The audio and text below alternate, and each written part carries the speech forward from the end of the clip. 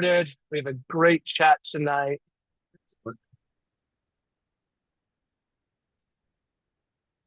And we're streaming on YouTube. Isn't that fun? Cool. We're letting other people listen in and join in on the fun of our little venture into progressive, you know, depravity. Hmm. All right, I'm just getting my camera set up and making one last little note.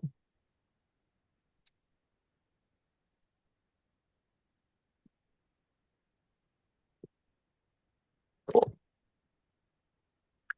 All right. Okay. Where the hell's my phone? My phone is important to this, and I need to plug it in so I can be on camera. Good. Bloop.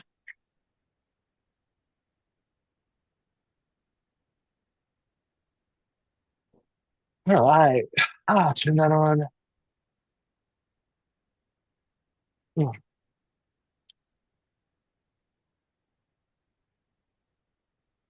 Hmm.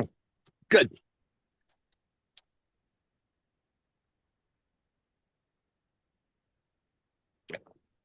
All right. We'll just wait for some more people to come in. Oh, nice. We have somebody streaming. This is awesome. Hmm. That a Zoom bomber? No, no, no, a streamer. Oh, okay. I have this up on YouTube and it says Okay. one person watching. Hmm.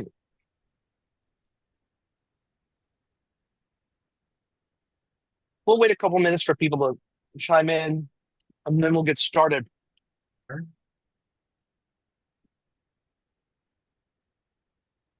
I got the coffee, we got the conversation, so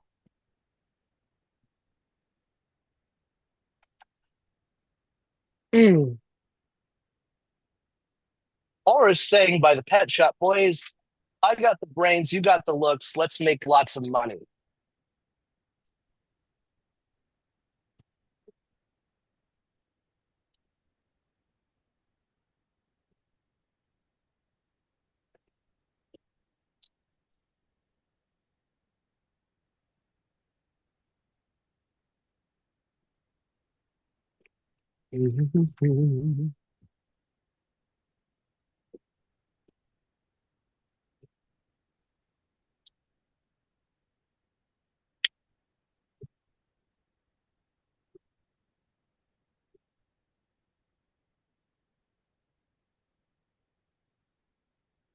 How do I edit the about?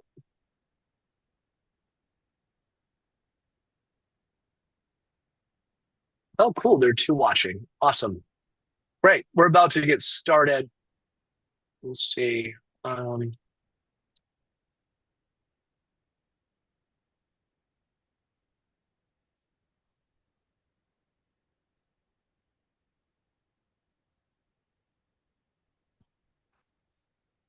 this might be one of the nights that is a little bit slowly attended, but it's also a holiday weekend. We got a Oh lot to yeah. talk about. Yeah, I didn't think about that. Let me send out the link. Mm, okay. Just waiting for a couple more people to come in so we can get started. All right, got this. How was your week? Well, we're waiting for people to come in. Usually not much to really say. I take care of somebody, so I don't really leave the house too much. So it's pretty much Mm. same all the time, unfortunately. It doesn't really make for many interesting stories. All right. Suzette, No, how are you doing? Oh, sorry. Sorry for no, interrupting. no. That was a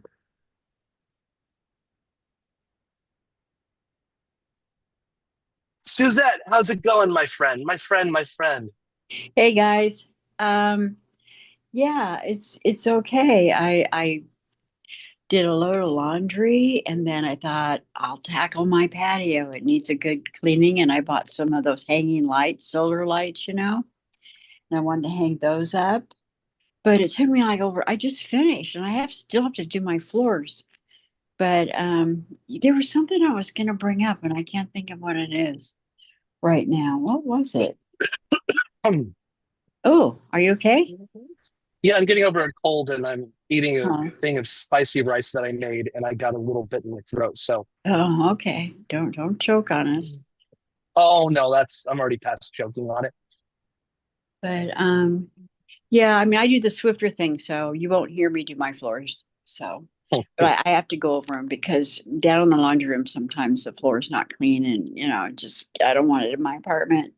Even though that no shoes are allowed in my apartment. So but yeah, there was something I was gonna bring up and I cannot think of it now.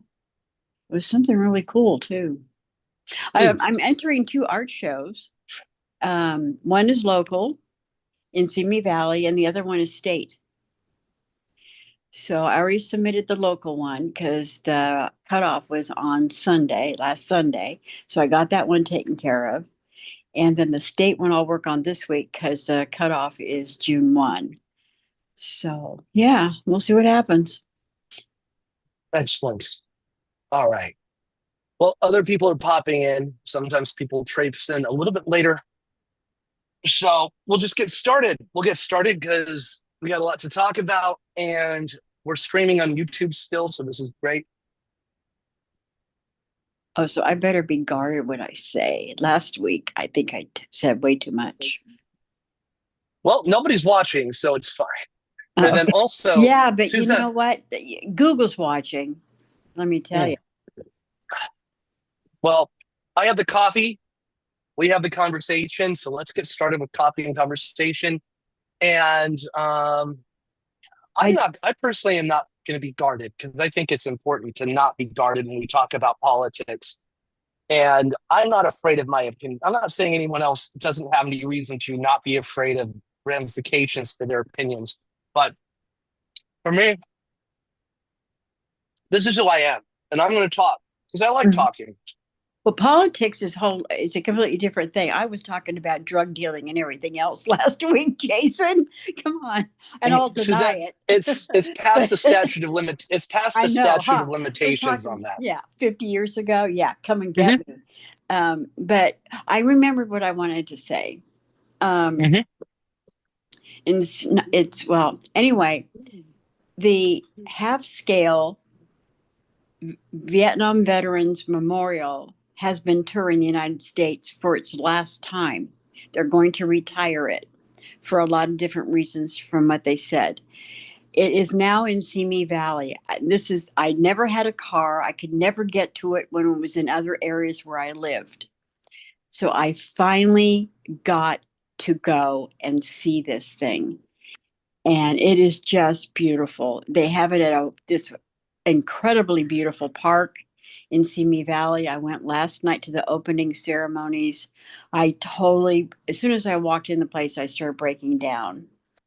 Um, so you go to the information people and you tell them the name that you're looking for, and they know exactly what panel it's on and how many rows from the top to find the name that you're looking for.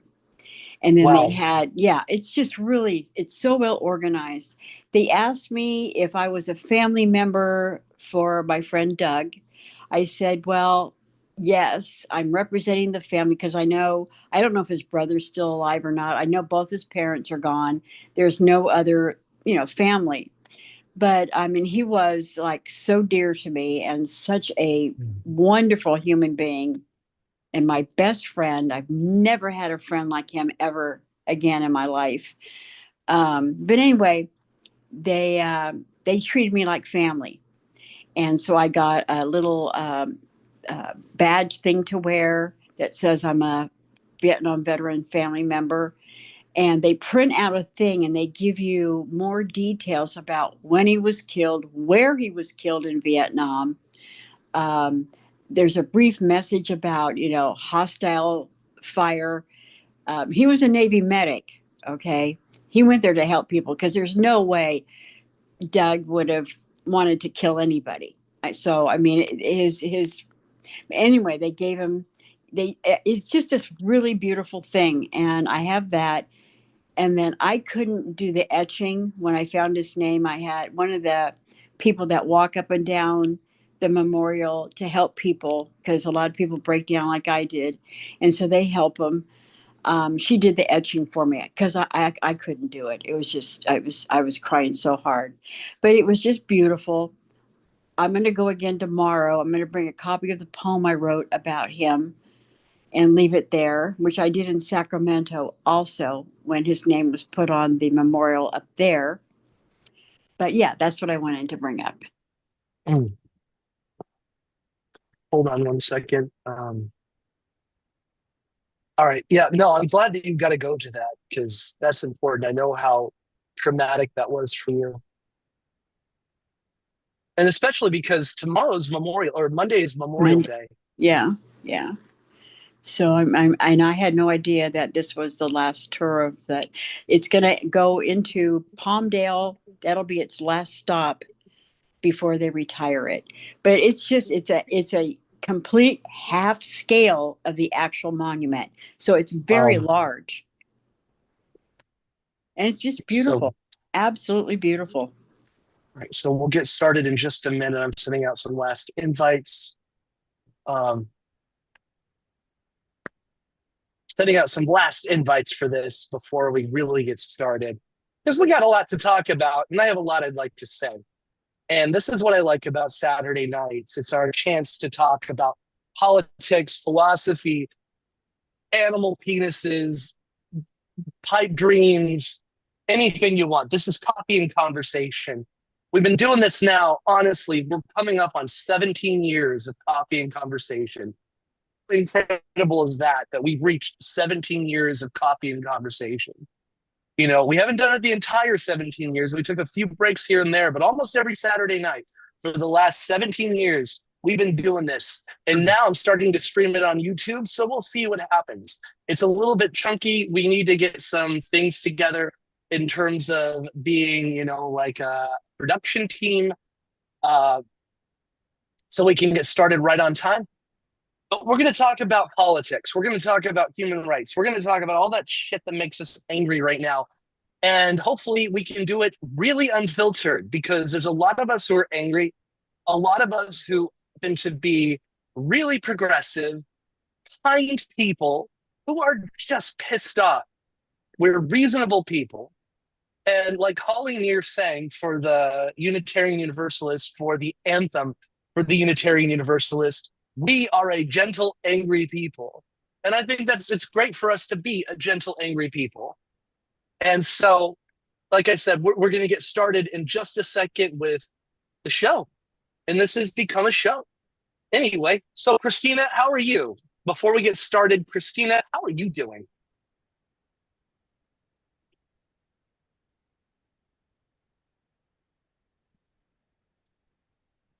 Hello. Yeah, I'm doing pretty good. Pretty good. Excellent. Excellent. I'm glad that you're here. And I like our ratios right now because it used to be in secular structured groups. It used to be like 20 men to every woman and every woman, and now we're 50-50, which makes me very happy because we need lots and lots of voices from lots and lots of experiences. And I'm glad that you're all here. All right, one more invite, and then we'll get started. I want to tell you about some things for people in the San Diego area that are coming up, and we're building up. We're building up again. I'm putting a lot of work into our humanist group so we can get to where we used to be. And that way, if you're in the San Diego area, you want to be part of the secular community here, I welcome everyone. Or if you want to come down, we'll find you a place to stay. Scott has an extra bedroom. We will put you up.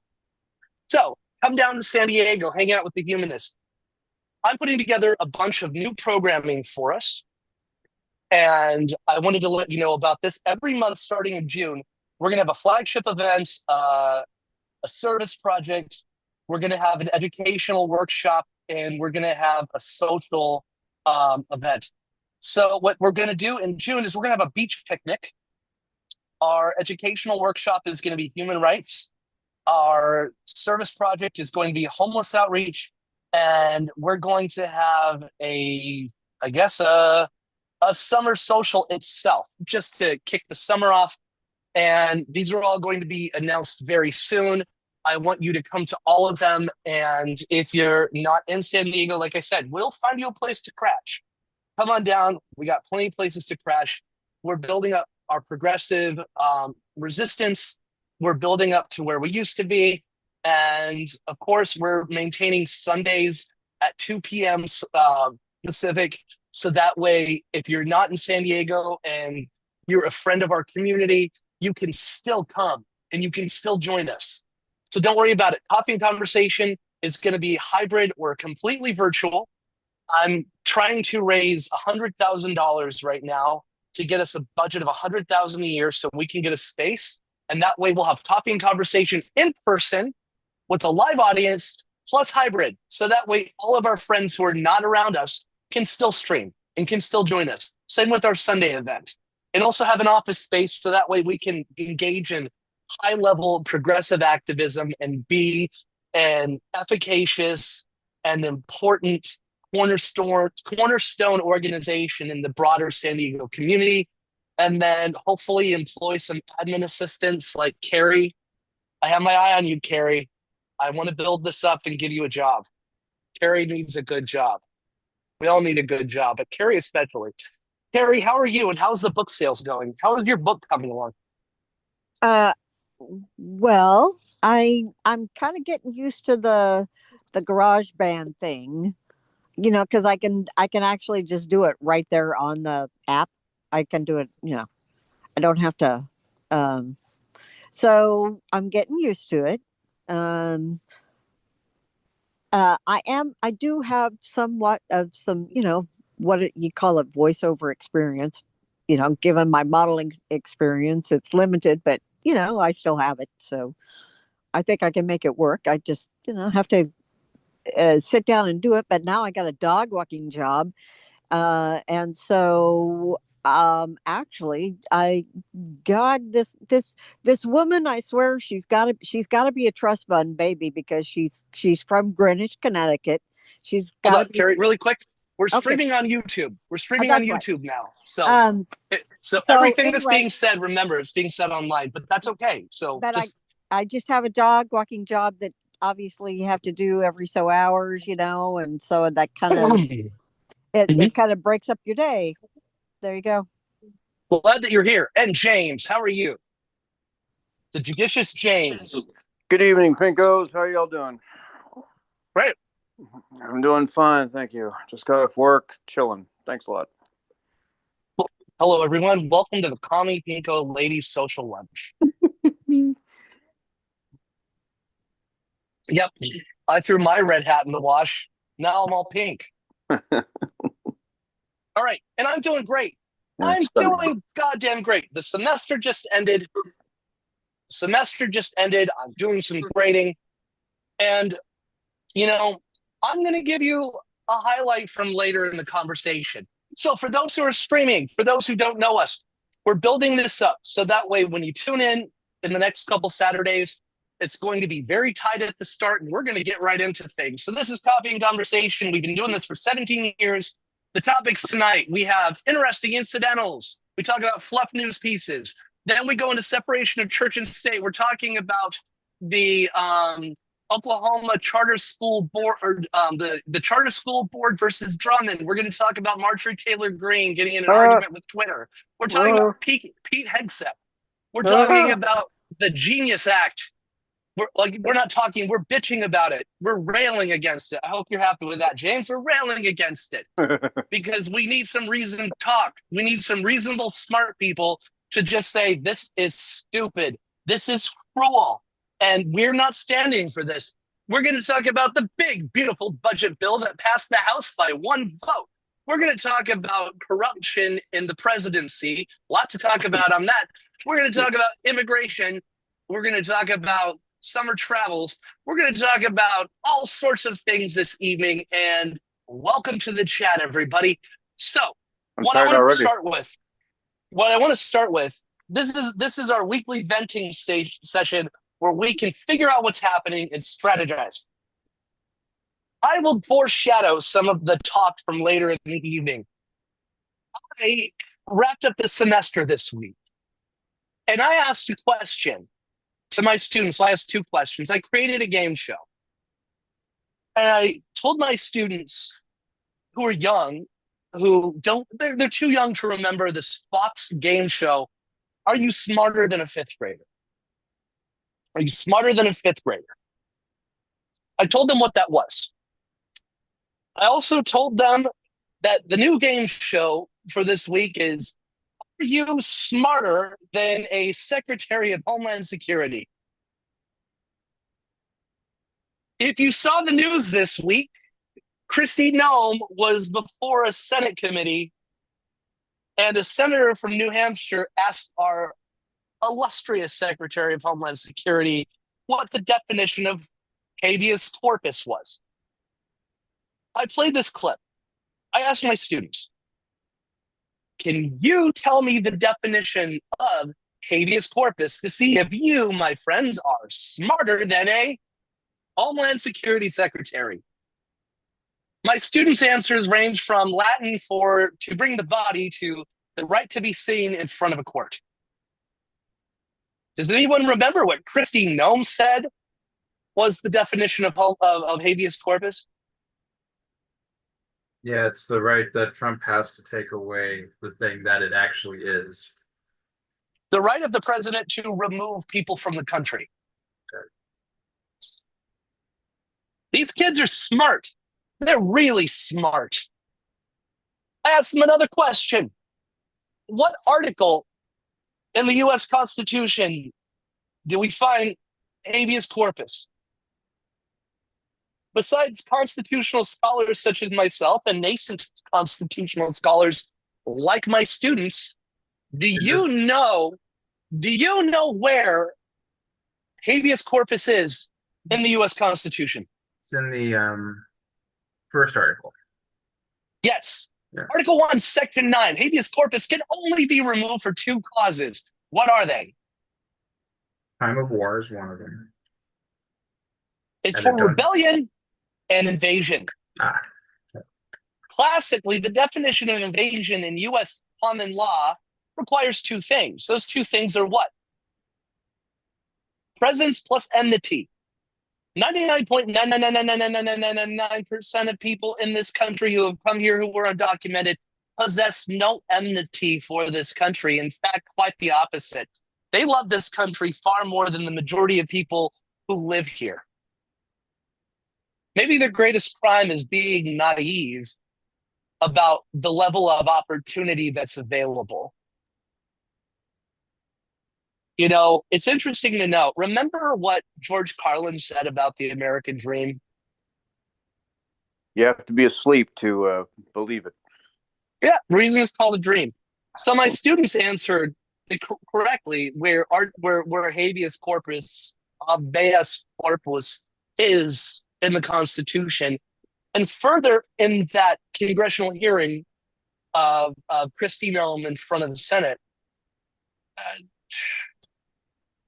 This is incredibly galling, where she assumes this is under the purview of the president, which my students, they were asking, well, if it's in Article 1, how does the president have power over this? They're absolutely correct. They're thoroughly correct. The president does not have power over this. He has to get congressional approval, which, to be fair, there was a trial that was going on about the president engaging in rebellion against the United States. It was cut owing to Justice Department protocol about not prosecuting a sitting president because the sitting president could not get a fair trial. That would violate your Sixth Amendment rights. And so looking at this, we also see the flip side about this as well, is Mr. Abrego Garcia, who, when Trump was informed that the U.S. Supreme Court said there was a protective order and the Supreme Court 9-0 said, bring him back. Trump said, well, that's not what my staff said to me. Well, looking at that, so Mr. Abrego Garcia did not have enmity against the United States and had a protective order. He had asylum. But Trump, the guy who committed rebellion against the United States, someone we could rescind habeas corpus from,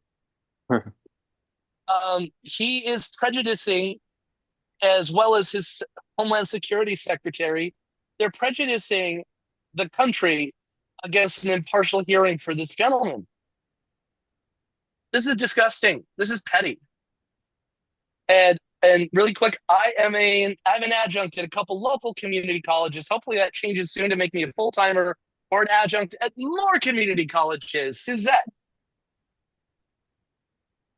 Kristi Noem answered with that, with what, okay, Kristi Noem's answer, her response to the question about habeas corpus was to protect Trump. Regardless if she knows what it really means or not, she is a loyalist. A loyalist is going to answer in every time, in every way, to protect who they're loyal to.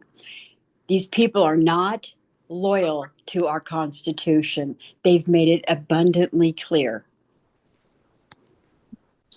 Well, you know what? I would disagree with you on one thing. I'm not 100% sure that she's a Trump loyalist. I think that there's a greater chance that she's just a marked, shameless opportunist. And if someone that could give her more than Trump possibly could came along, Secretary Noem's commitments and affiliations would shift dramatically. I totally disagree with you. Everybody that he chose, everyone that he chose and will choose in the future has to kiss his butt, his ring, bow to him.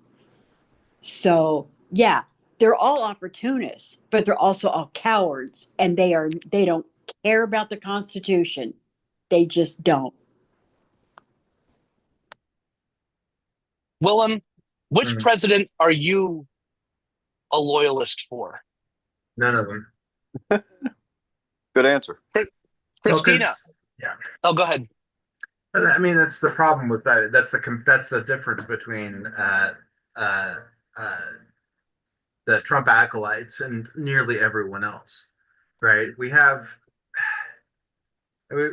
tend to, we're all a little bit tribalist. I get that, and we tend to give a bigger pass towards the guys in our camp, but by and large, there's not this fealty to, like, I guess the most recent one in our time would be Obama. But even with Obama, there's not this blind fealty to it. And I take it a step further back because I'm metacognitively aware of the personal biases that we have towards people in our own camps. And really, these guys, the best way to view them is that you hire them to do a job for 4 years, and then you either rehire them 4 years later or you don't. And that is as impartial as I can be about any of these guys, which I think is pretty impartial, but that's the best way to look at it. And so, no, there's no loyalty to any of them. I hire them, do a job. If they suck, then they're out. I can tell you that I have 100% loyalty and fealty to one particular president, to one particular former president. Any guesses who that is? Anybody?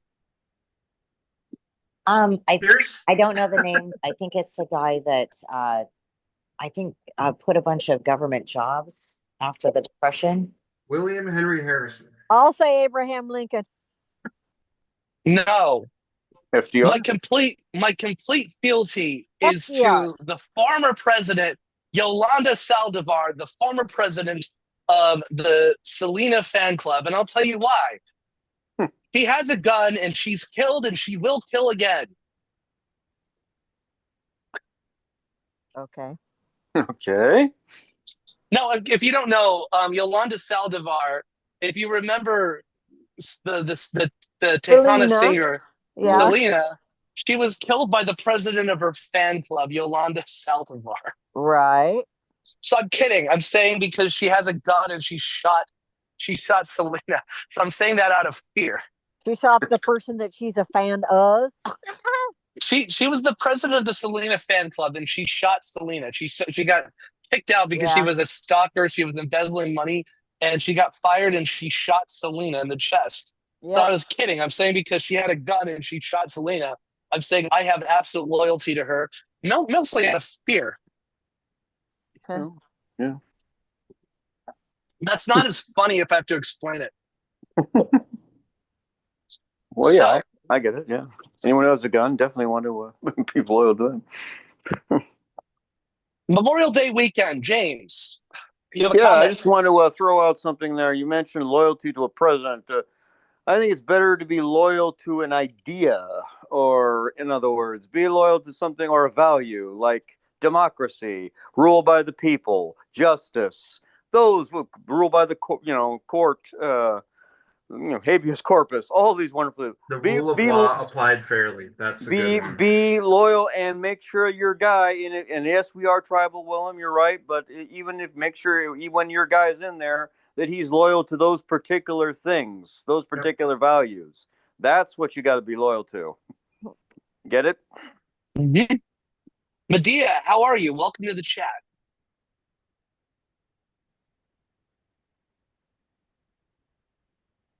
And we are streaming on YouTube. We have one person watching now. That shows us our outreach. We have a 5-watt station reaching out from Sorry, street I to w- street. All right. Sorry, I just joined. Was muted. Hi. Hi, welcome. One other thing I'm going to say about this, we'll get back to this later. Earlier this semester, I told my students in my Political Science 102 American Government course, I told them about propaganda. I showed them the classic propaganda piece, the granddaddy of them all, Hitler's Nuremberg rally, the triumph of the will. I asked my students this question about what the Nazis said at the trials that took place in that same city a few years later, Nuremberg. What did the Nazi war criminals use as their defense at Nuremberg? I know you all know this. What was their defense? I don't know that. Just following orders, wasn't it? Just Yeah. following orders. If you Oh. watch Christie, I don't want to show clips tonight because they'll take down the video from the live recording. Who's the director of Triumph of the Will? I'm just curious. It wasn't Goebbels, right? He didn't do it, right? No, it's what's her name? Liebenstahl. Okay. that's- Riefenstahl. Riefenstahl. Leni Riefenstahl. I mean, Goebbels, he signed off on it, right? I mean, he was probably, Of course he did. he was probably a big part of the whole Riefenstahl. process. Lenny Riefenstahl. Riefenstahl. Okay, cool. And, ironically enough, my students said, this looks like the Hunger Games or this looks like that Star Wars movie. And I just said, exactly, this is what this was. They based it on that to give you the feel of a Nazi rally. And then, talking about Kristi Noem's testimony in front of Congress, in front of the Senate, she effectively said she's just following orders. Oh, My God. My God. that All kid. right. So it's Memorial Day weekend. Welcome to Memorial Day weekend. It's the cultural start of summer. Anyone have any Memorial Day weekend plans? Hanging with my dad, I guess. Now, is Memorial Day about people who've fallen in service of this country, or is it just about veterans in general? I believe it's about veterans in general, but I could be wrong. If anyone knows any different. It was originally, I think, I know there's a connection to Armistice Day, which was the end of World War One, and so, Mhm. but it was, Yeah. There's a separate day that's Veterans Day. and then there's Blue Ribbon Day, and then, So Memorial Day is those that are Well, fallen, there's- and then we have Veterans Oh, Day is it? that is just for all veterans. Okay, yeah, okay, all right, yeah. Yep. All right, Sorry. Caesar, welcome to the chat, Caesar. Oh, Christ. Greetings. I wrote a joke earlier just for you, and you weren't here to hear it, so I feel very sad. Oh, I'm so sorry. Well, could you repeat it, please? Yes, we were talking about Kristi Noem, and we were talking about the president, and Suzette is committed to the idea that Kristi Noem is a staunch loyalist for Trump. My conviction is that she is not a staunch loyalist for Trump. She is a staunch, shameless opportunist, and if someone could give her more than Trump, she would flip in a second. But what I said is, I asked the question. I said, which president do you have undying fealty towards? Caesar, which president do you have undying fealty towards? Well, that's this is a travail because most presidents are already dying. Like we've got Joe Biden that's got all sorts of prostate issues, and obviously Trump is definitely not in very good shape. So I would have to say, like, I mean, could I say that posthumous, like, so someone that's already dead? I mean, at this point, I would say that George Bush is probably in the best of shape. Well, here was my answer. My answer was the one president that I give undying loyalty to is the former president of the Selena fan club, Yolanda.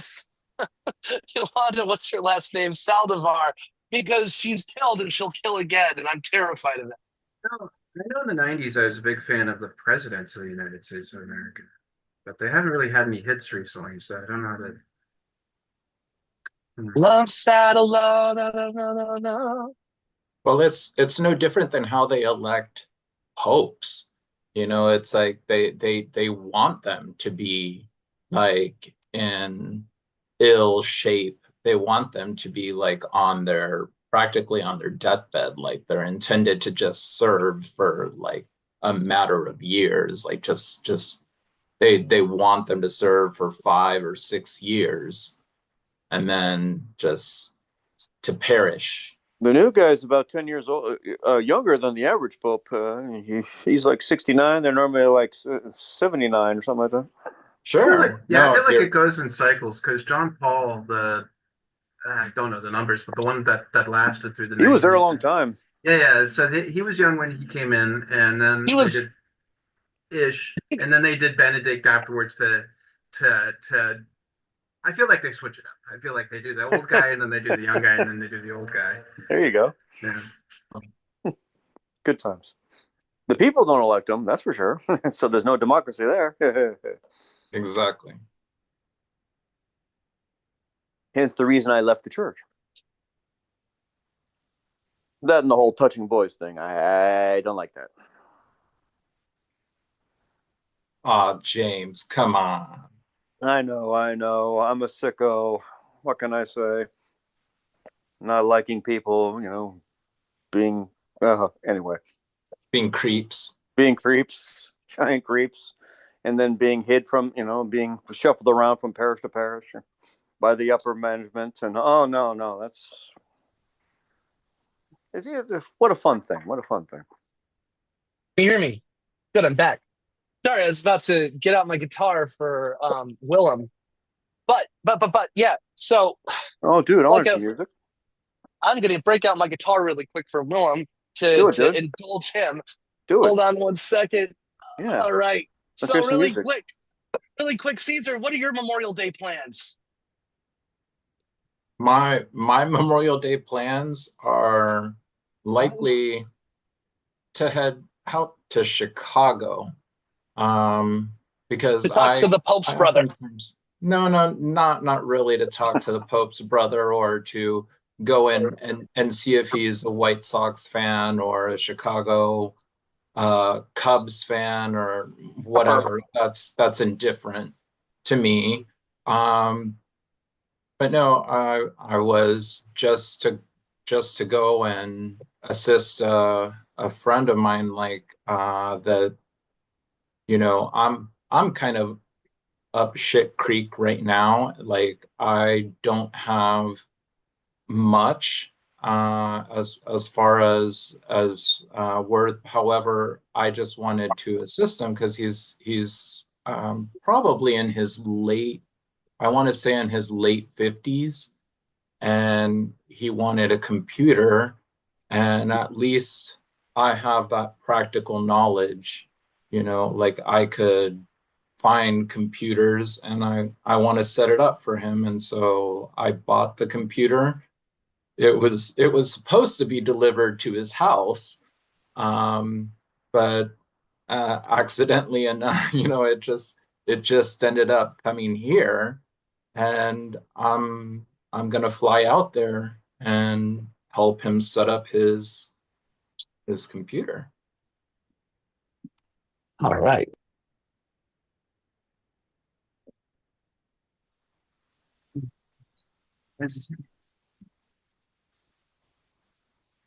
Okay, good. Hold on. Can you hear me? Can you hear me? Loud and clear. Excellent. I'm going to play a song really quick for James. James, Cool. for Willem. Because Willem deserves a song, everybody. Willem deserves a song. I don't know why you're saying Willem does not deserve a song. I think that that is rather pedantic and cruel. All right, cool. I'm getting over a cold, so don't mind me. Can you hear that? Can you hear the guitar? I thought I heard you fart. Hold on. Can anyone hear the guitar? No? No. No. No. You need a microphone closer to the guitar. I'm trying, man. I'm trying. I think it's Zoom. I think Zoom don't like me playing musical instruments. Oh God, don't talk like that. Jeez. All right, let's see. Hold on a second. Bless your heart, Suzette. Did you hear that? Stop.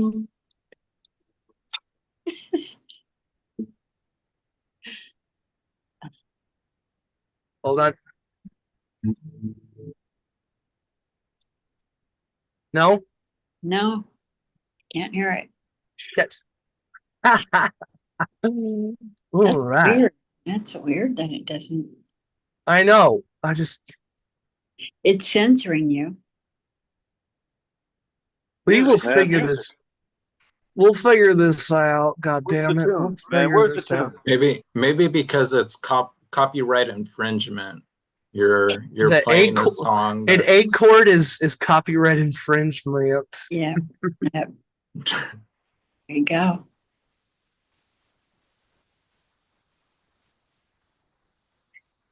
Sing it without the guitar. It would have been fun. Well, with, yeah, you know. But you have a beautiful voice, Jason. Oh, Lord.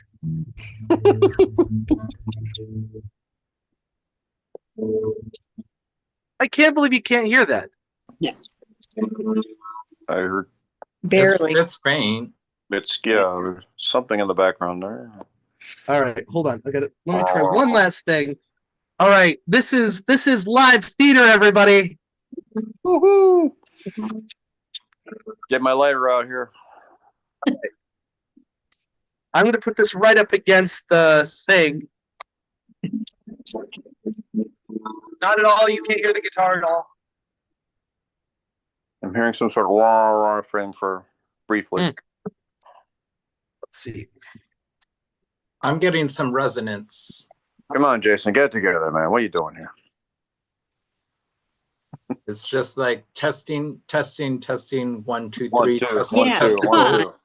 You're gonna do, Testicles. All right. You know, the one last. Just kidding. This is starting to really piss me off that this is not working.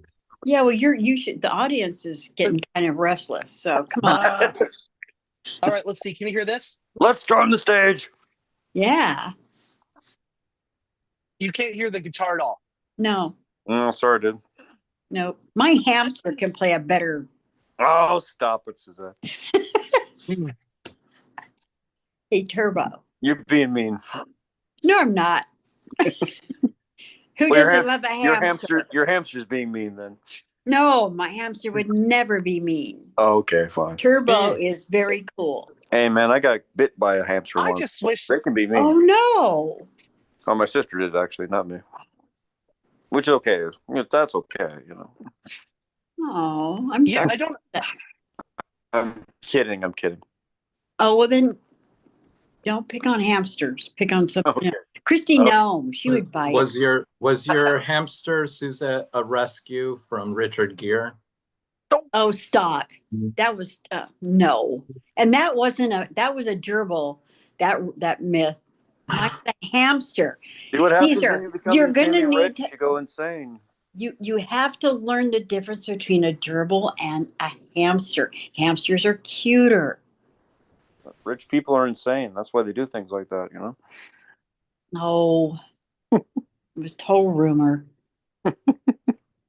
I don't find that there's oftentimes like we ill define like, okay, what might be conjecture or might actually be truth. You know, at a certain point, if people talk about it enough, and I feel that, you know, there is some veracity to it, you know. No, that's propaganda. That's how gerbils, that's how he did propaganda. You repeat a lie over Gerbils. and over and over, and people start believing it. So allegedly, with the Richard Gere thing, it was I want to say Jean-Claude Van Damme started it, but it was Go due ahead. to somebody not getting a part in a movie and somebody not liking the other person, and so falsely starting the rumor. Could be that Sylvester Stallone was somehow involved, but I fully believe that was something that was made up. Richard Shelton, get up his ass. Yeah. So now we Now do draw in Jean-Claude- some now do Sylvester Jean-Claude's Stallone voice. and I could see him. Jean-Claude Van Damme. Like what?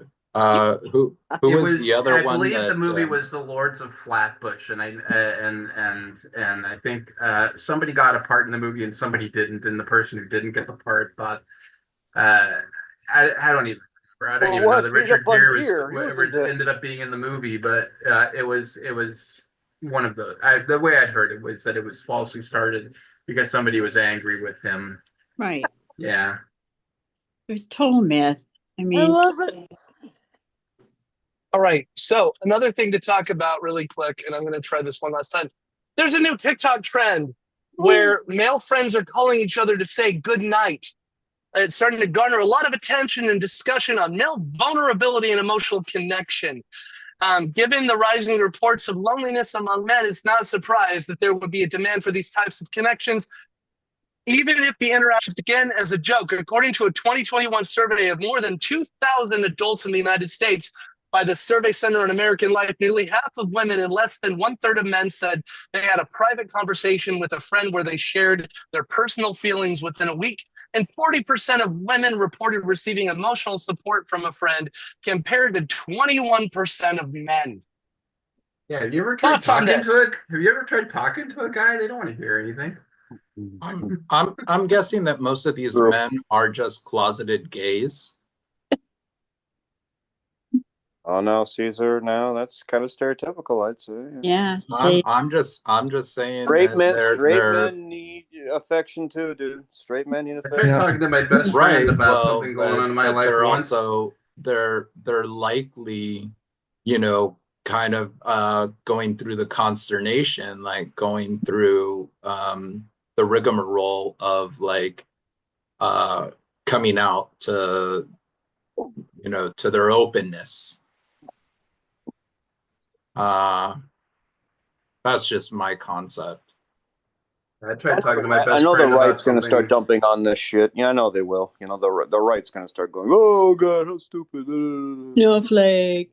Snowflakes. Exactly. I tried talking to my best friend about No, something. what they're trying to do is, from what I've seen on some programs, is that they want to encourage men to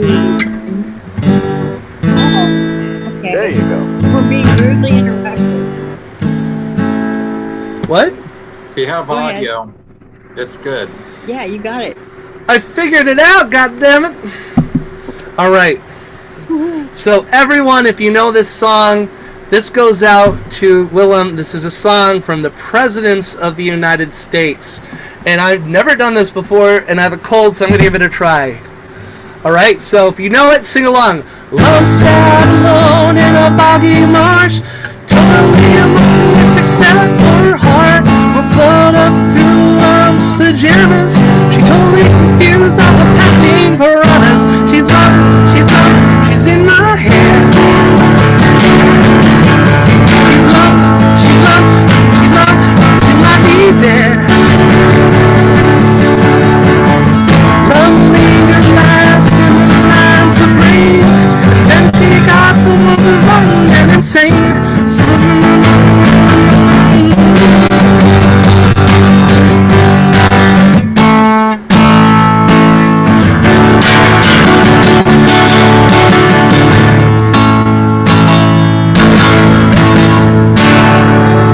There you go. That's a song from the Presidents of the United States. Going at you, Willem. I haven't heard that Just song like in the real 30 thing. years. Remember, Cleveland rocks. Was that recorded by Taylor Swift? Yes.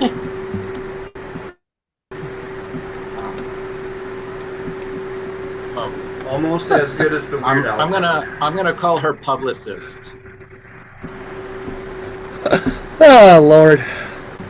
Oh, my God. Oh, my God. Jesus Christ. Hey, the Oh, my Mets beat the God. Dodgers. What? The Mets beat the Dodgers today. Yay! Yeah. Hate the dog. There's some really bad feedback. Yeah. Well, What? I'm a very confounded hear it. I'm a very confounded faggot when it comes to sports, and so it's like I like to mess with people. And, oh, the San Diego Padres beat the Chargers,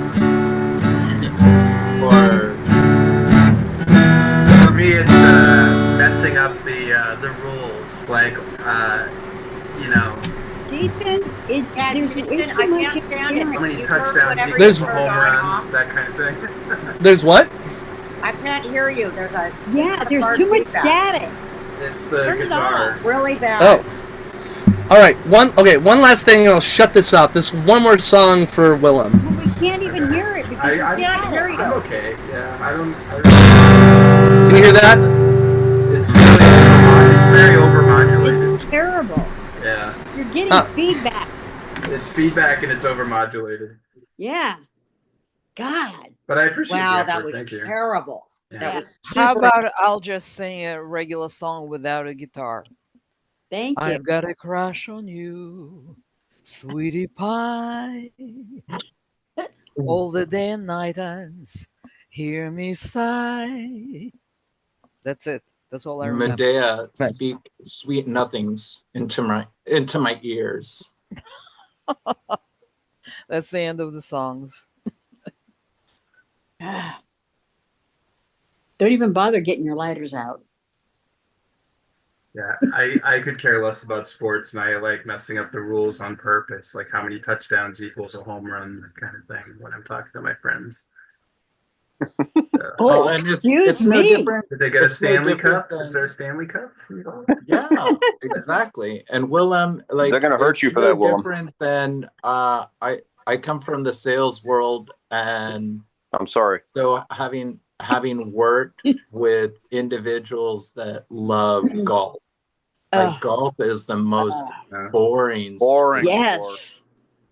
Watching it, And- I thought, oh my And god. what do I want to talk about with golf? Like, Yeah, I was always more drawn to sci-fi. Like my dad, just there was never any connection there. So my thesis is that a lot of the kids that I knew had dads that took them to sports and all that kind of stuff, and I just never had that, and so I just never gravitated towards it. So, and Like, All I'm right. kind of glad because, like, to sit and watch a game seems like an incredible waste of time to me. I mean, but that's just me. Because you got a brain, Willem. That's why. Yep. I need to figure out how to make this thing work because it's like last time where I joked around by playing the Temptations on a bass. God, I have fun. I have fun doing this. So, all right, I'm gonna make sure that this happens. Really quick. Sorry about that. I gotta figure out how to make this audio work. This is why we need a production team, so that way we have people who are better at this audio tech stuff than I am. Anyway, back to work. All right. Let's see. Mickey Maynard is coming in. Mickey's coming in hot. All right, Mickey, how are you? How was your week? Oh, come on. Does anybody not know this? I put my best friend down on Wednesday, Otis. Oh, I'm sorry, Mickey. Yeah, That hurts. it does hurt. It was hurting more watching him suffer, though, frankly. Yeah. I'm hurting a lot less right now. Yeah. And Well, Mickey, you saw it coming. Honest to goodness, this is Yeah. well, when I talked anyone- about it last week. Yeah. Right. Yeah. You Yeah. brought it up. Yeah. It's a really tough reality check. It's like, okay, I know what I have to do. And yeah, it's hard. It's really hard. Yeah. Christina, once again, I'd like to thank you for that photo that you posted. Not posted. Your screen Yeah. is fantastic. Yeah. That was good. Yeah. Well, sorry to hear that, Mickey. Medea, you did Are really. you there? Yeah. I'm back. Blinked out for a second. Medea, I want to say also, I was in that one group where you were talking to that one guy about the purpose of government, and you really held your own on that. That was really. So I want to say, good for you. Good job. I'm It's sorry. like 2 weeks ago. I wish I was there. It was in an online group. It was one of Christine's groups. I'm sorry. You were talking about something I was saying. Yeah. I just wanted to, say way to go for what you helped. You helped really, like, there was this one guy there who was talking about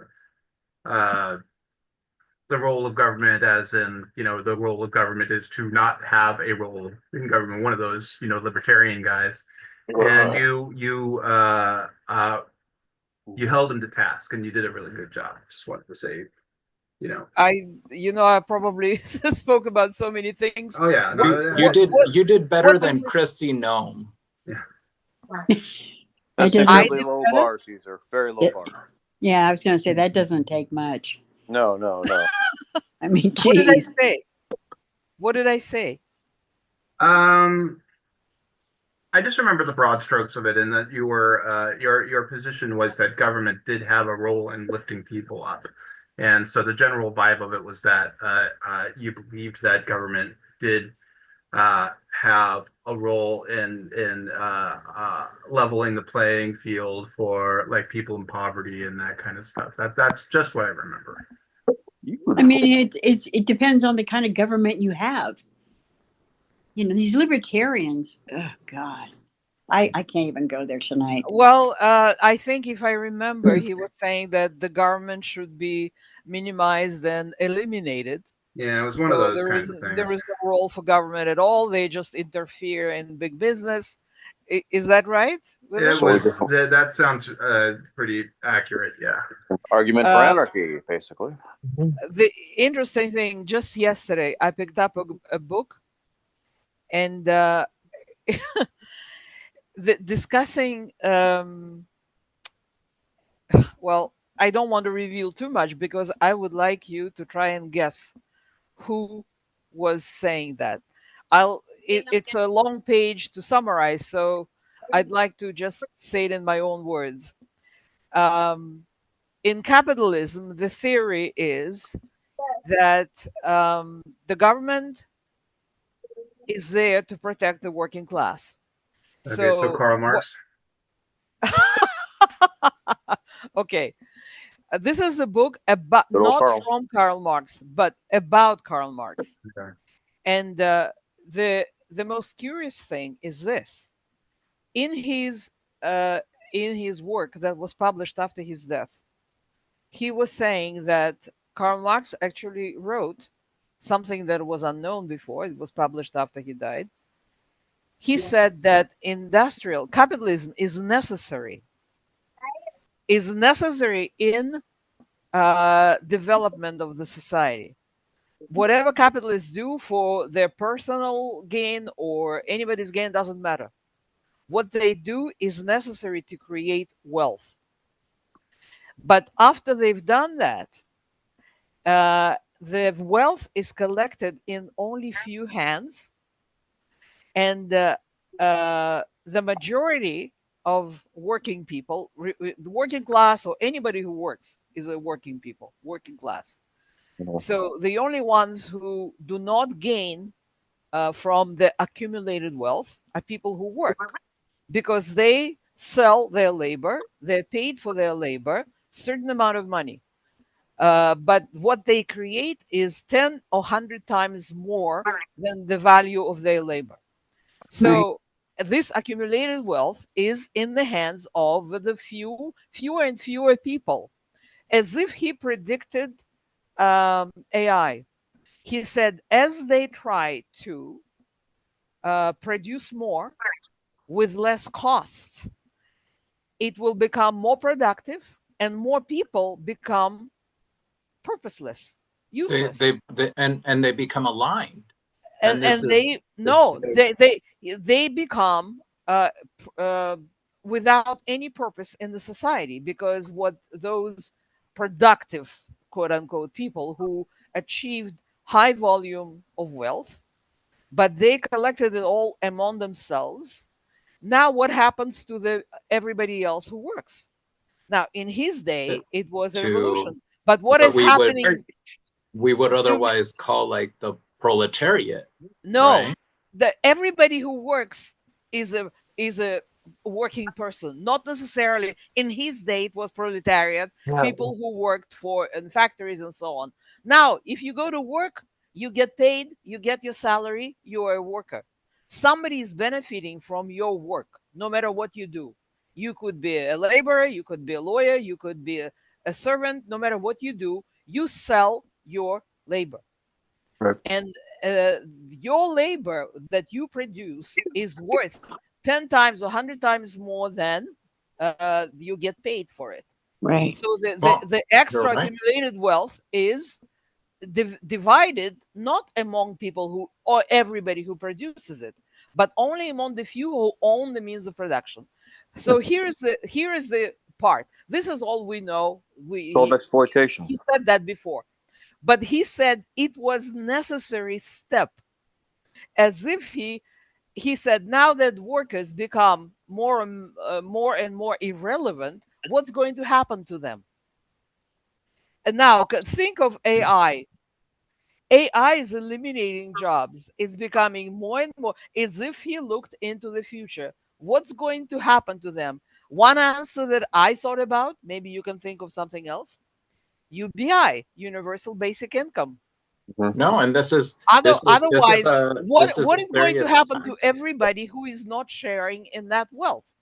Either you distribute that wealth, or you give something to people so that they do not rebel.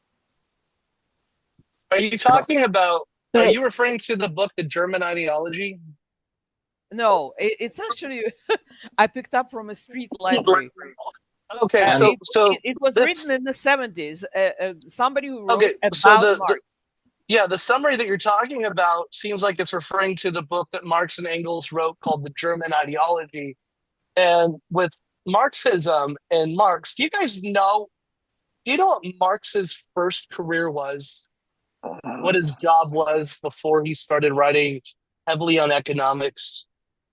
Do you Was know he who was a journalist? he was? Was he? Yeah, for He the was New in York Times. For the New York And Times? yep.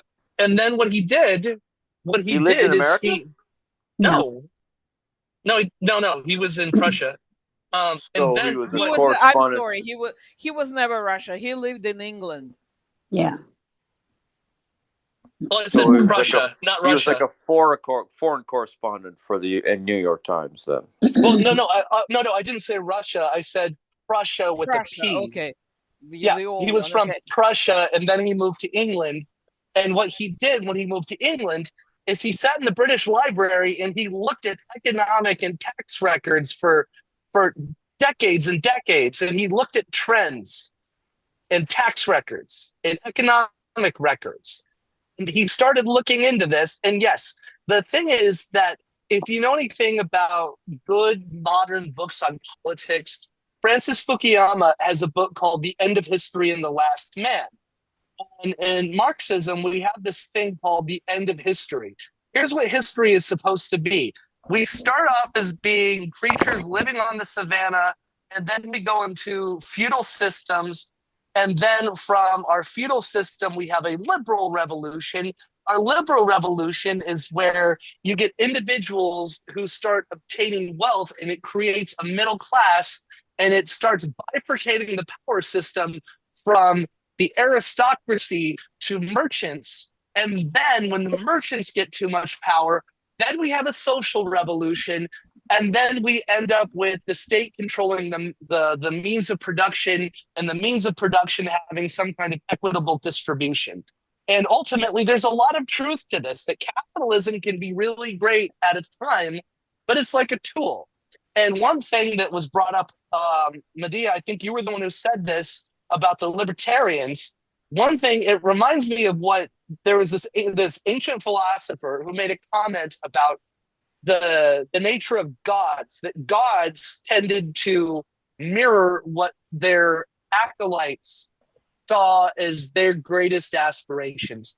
And the thing about libertarians that I looked at that I have a problem with is you have a certain myopia and you have a certain solipsism, where it's a matter of suspicion of other people, a lack of trust in other people, and not being able to see that there's something that if you look at one little quote from Jean-Paul Sartre, or you look at this old African proverb, which are basically the same thing, you get so much more. And what Sartre said was you could either, no, sorry, this was Rousseau. Rousseau, sorry, continental philosophy, boom. All right, so Rousseau said in the social contract, he said you could either hunt stag or you could hunt hare. You could either hunt for a deer or you could hunt a rabbit. If you hunt a rabbit, you're going to eat for a day and maybe your best friend who hunted with you. But if you hunt with your community and you take down a buck or two, guess what you're going to be able to do?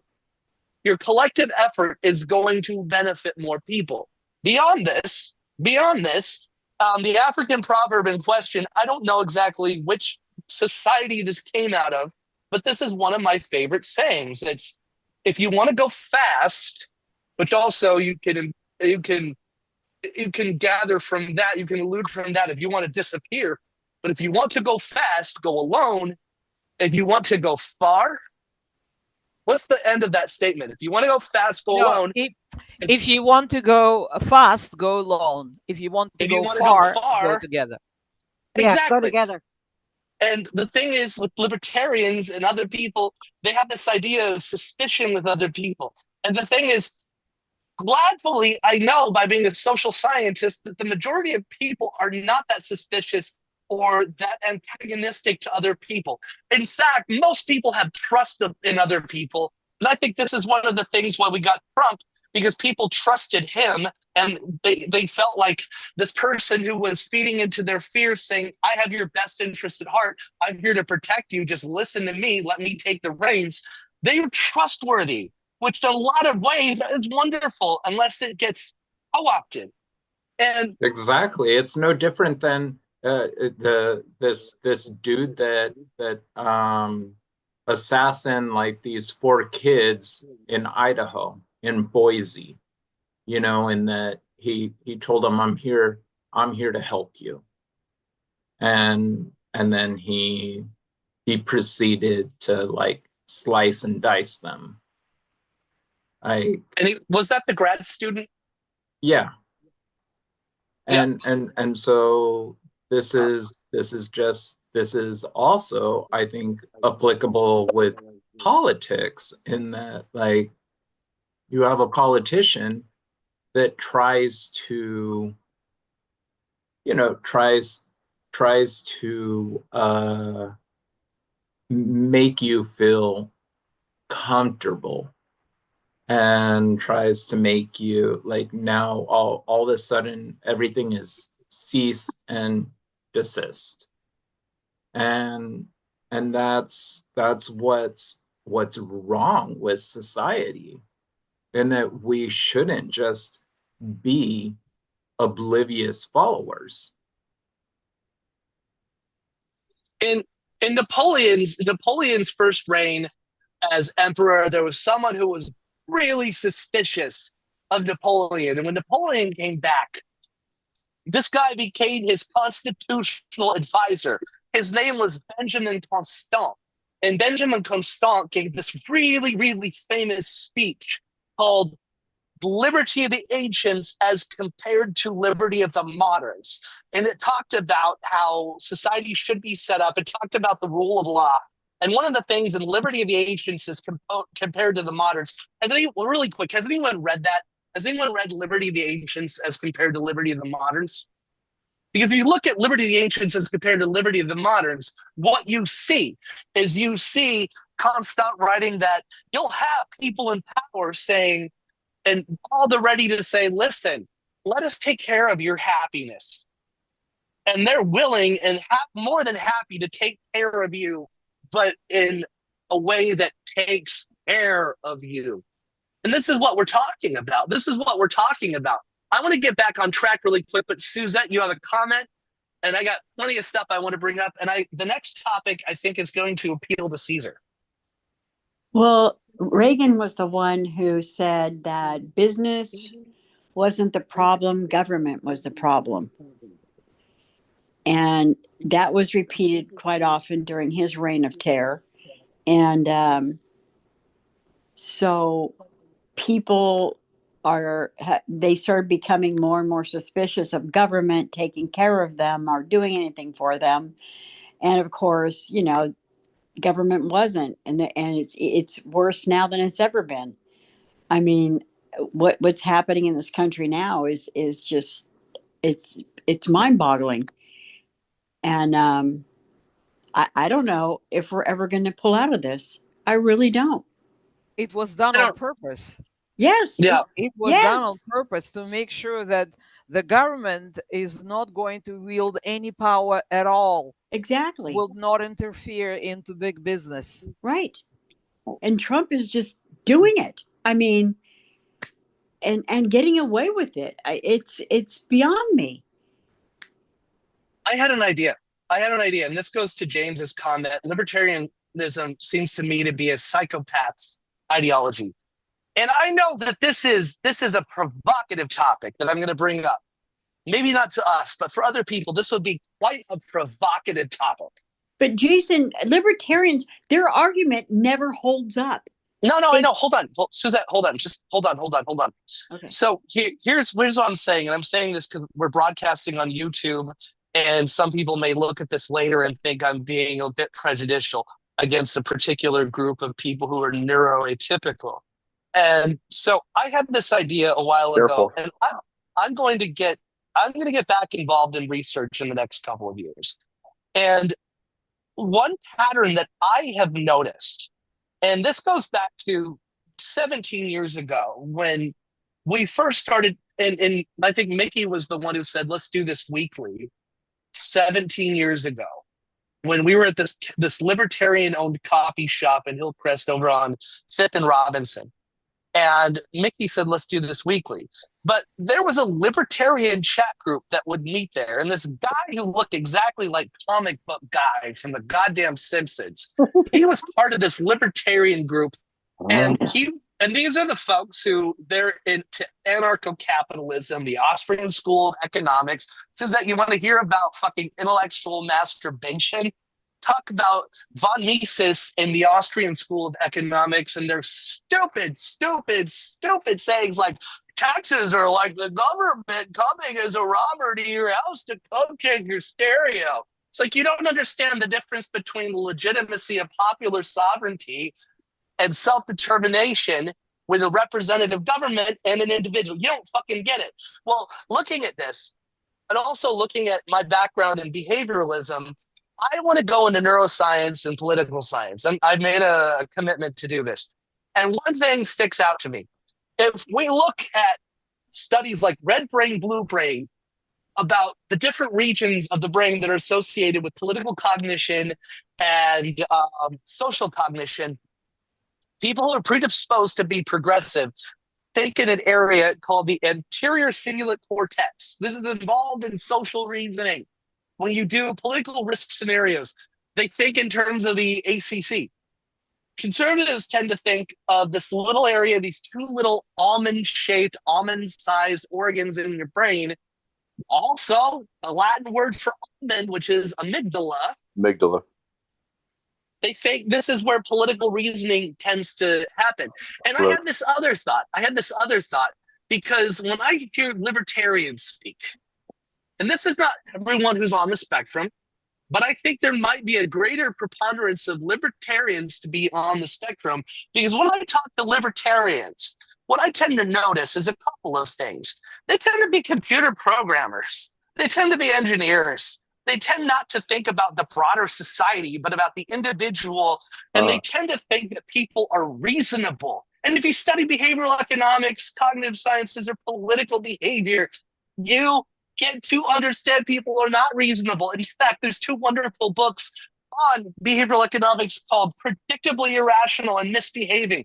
Misbehaving, I believe, is the overview of the development of the field of behavioral economics. And looking at that, they also tend to do certain things which a lot of the people I've seen talk about libertarian ethics and libertarian political calculus, they seem to have different traits that are synonymous with having certain social disruptive behaviors, not disruptive as in interrupting a meeting, that sort of thing, but in terms of having a block in social awareness. And it just strikes me that, I don't know, I think that a lot of libertarians might have some kind of social deficit in their brain, which is why to them politics is a zero-sum game. That they don't tend, libertarians don't seem to, I mean, there's some libertarians that are of the ilk, and this is not the type you typically hear anymore, of I want to smoke pot and I want to be left alone. Then it goes much further. It goes much further. So I think a lot of libertarians might be on the spectrum. Thoughts on this? Provocative statement. Let's do this, motherfuckers.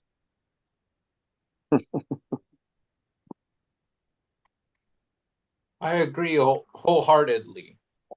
You know, Jason, honest to goodness, most libertarians, like, it's that they're not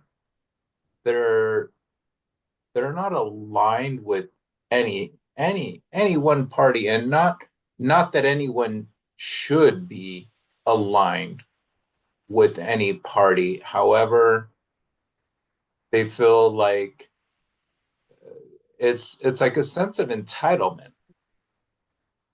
And I feel like they don't know their head from their ass. Yeah, you know what? If I do this research, you know how I'm going to structure this research? I'm going to structure this research in terms of setting up a community function, and I'm going to have two tables on either side of the room, and I'm going to have a topic being discussed, and I'm going to look to see, I'm going to get people's political opinions beforehand, and one table is going to be a table of CDs of the band Rush, and on the other table across the room, it's going to be a series of books on trains and rail lines. And let's just see who the ones who gravitate to Rush and trains are. Yeah, Rush, aren't they libertarians? That's a libertarian band. Yeah, Neil Peart. Yeah. Demetrius, my friend, Demetrius. Deny thy father and renounce thy name. How's it going? I'm on a walk right now, so I'm just listening to you guys.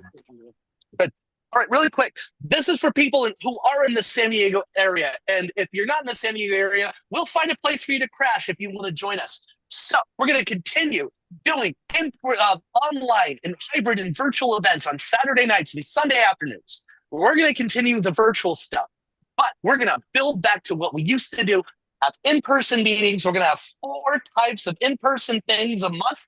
We're going to have a flagship event, a service project, an educational workshop, and then a social event. We're going to combine our social event and our flagship event in June. We're going to have a beach picnic in June.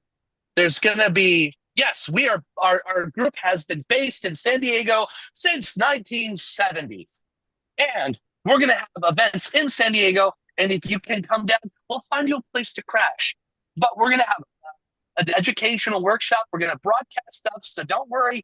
And if you want to attend the workshops, you're going to be able to stream it and see it. But at the same time, you're going to still have an opportunity to participate in virtually on Saturdays and Sundays. And like I said, if you want to come to San Diego and visit, we will host you. So we're doing all of this. One other thing is Jason, will there Yes. be Capri Suns and orange slices?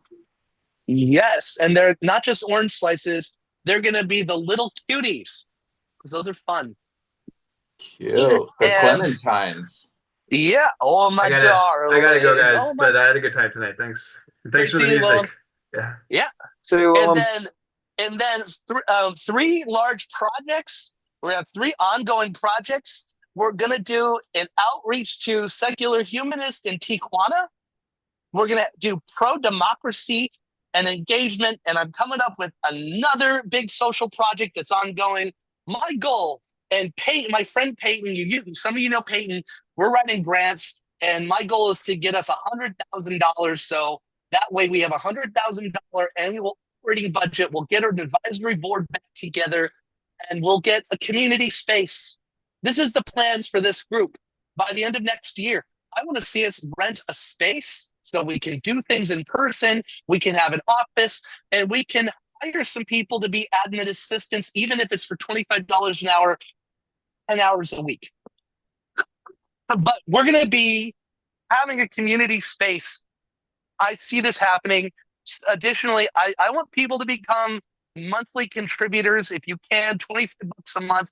My goal is within the next 3 months to get 200 $25 a month contributors. That totals up to $60,000 a year. Then anything 40,000 in grants and other big donations. We'll get a community center, and we'll do stuff, and we will get equipment, and we will podcast and record shows from that community center. It's about goddamn time that we have that. We've been around now for 55 years, so it's time to get that started. And also, one other thing, I put a lot of work into this. Money is super tight right now for me. I'm putting in my Venmo and my Zelle. If you like what I'm doing and you want to help out, I really appreciate it. It means a lot. I'm putting in my Venmo and my Zelle. So please, 5, 10, maybe $20. It helps me keep Ruby and Kibble and pay the bills. I just paid our meetup bill, and I just paid our Zoom bill. So here's my Venmo and my Zelle. Please help me out. We're going to get it structured soon. So if you want to be a regular donor, it will also be tax exempt coming from the Secular Policy Institute. And I'm also the CEO of. I'm building that up too. And eventually, hey, donate to the Secular Policy Institute, that $25 a month, which at the end of the year comes out to $600. What winds up happening with that? Well, guess what? It's tax exempt. Isn't that fun? Or 300, it's 300 a year. Sorry, 300 a year. Or what is that? Yeah, it's 300 a year. And that's tax exempt. But until that happens, if you want to help me, I got rent coming up. I got phone bill coming up.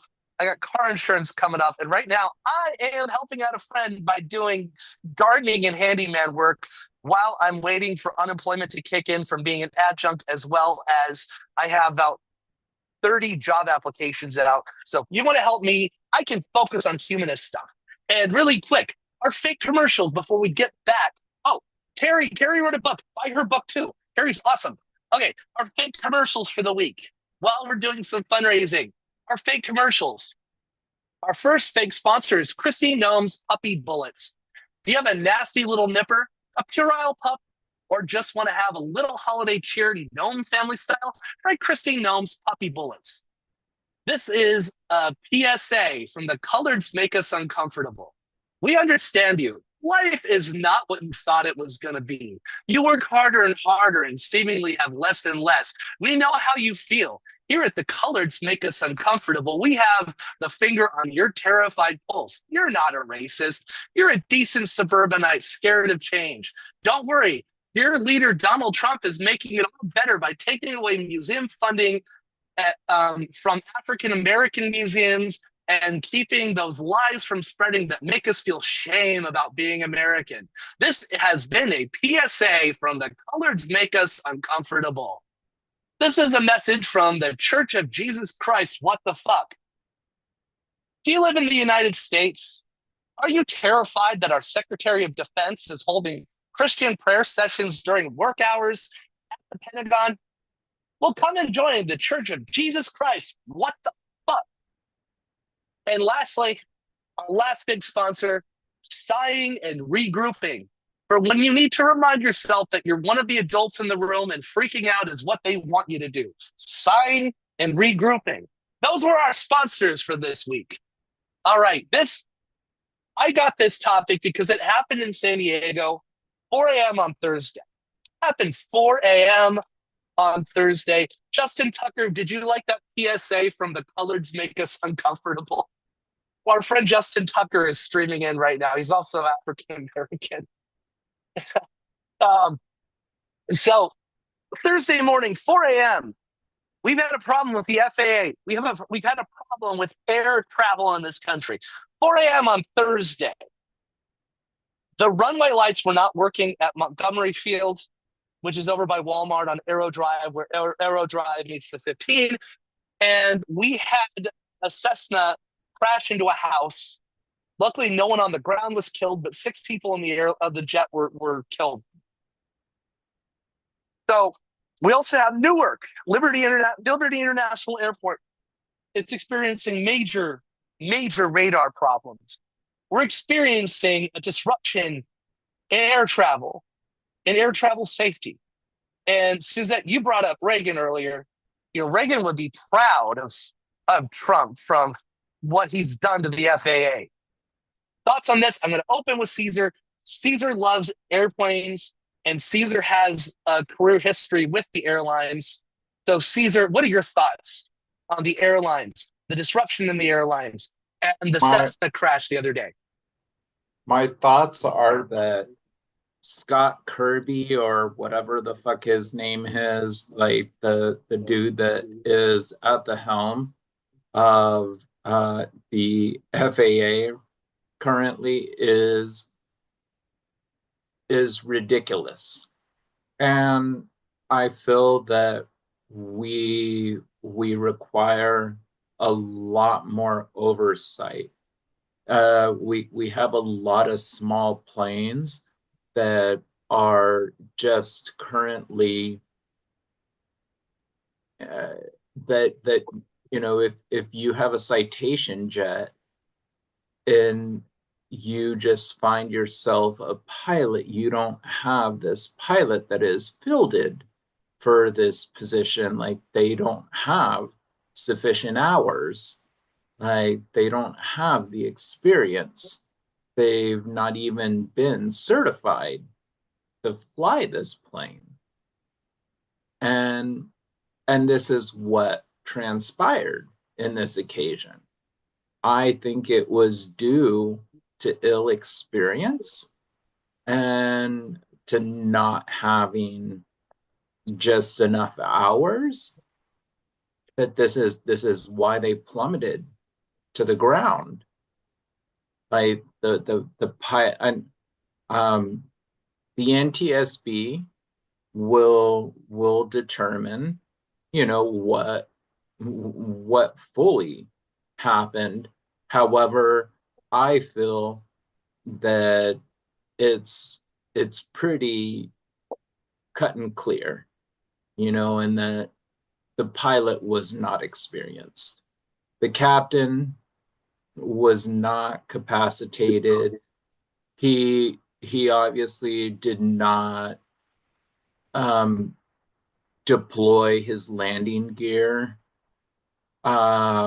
with sufficiency, and it was just a matter of him just panicking. And that can't happen from an airman. Like you fly your aircraft, you're at command of the aircraft, at control of it, you're the pilot in command, and this person was not.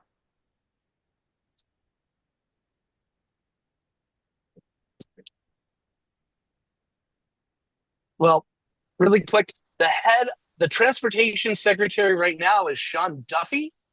And you know what his credentials for transportation are? Oh, God. He was on the MTV reality show Road Rules.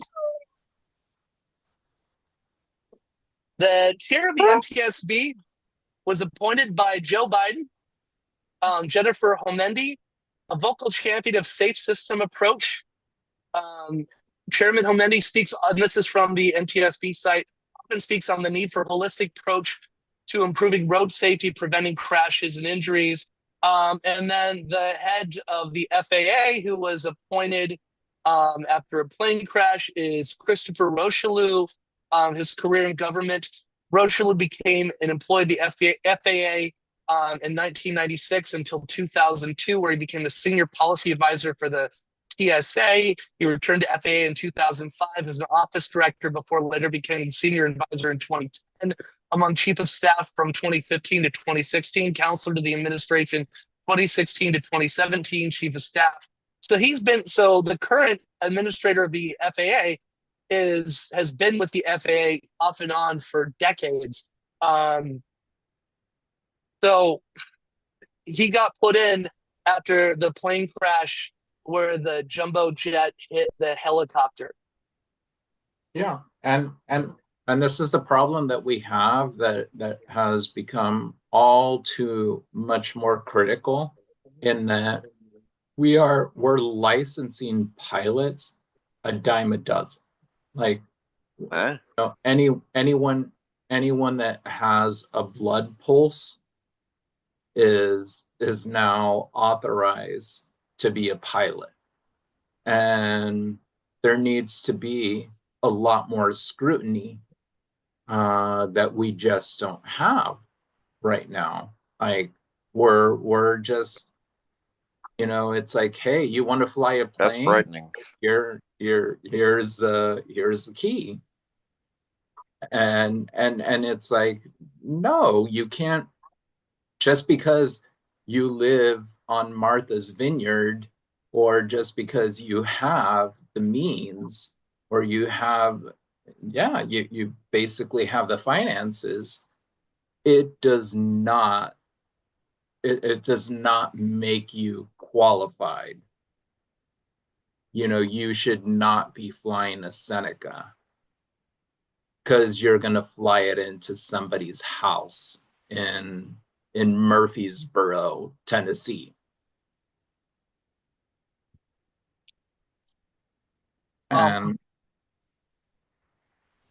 there needs to be more qualification. Yeah. You're scaring me, man. Well, I'm sorry. I hear it, James. Like, honestly, it purrs in my ears.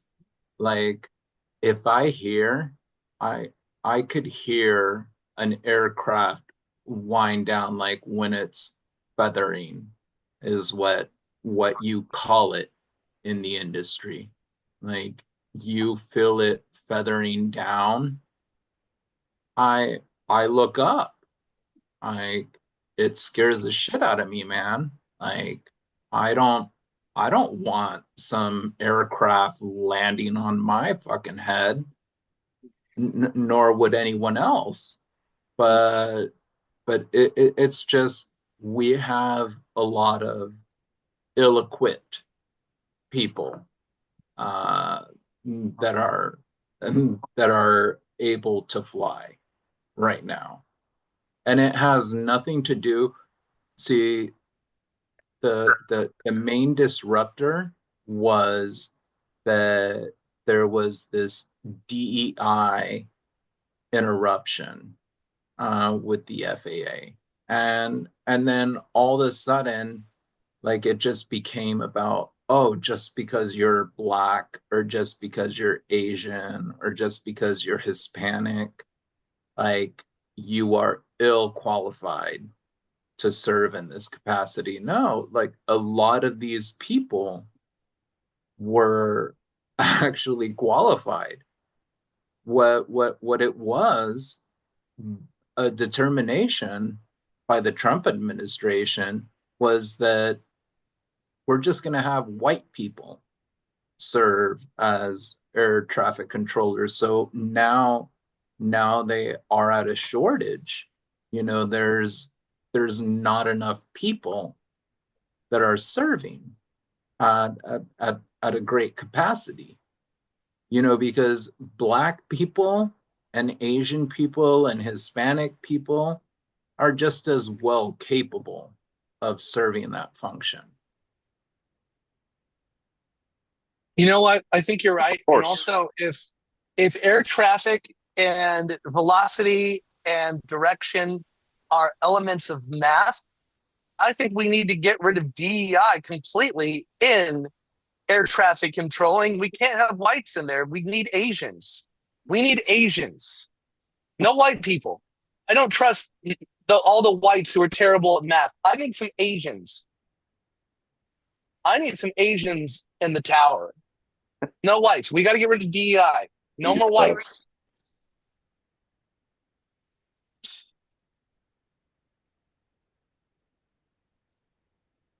There's also been a lot of talk about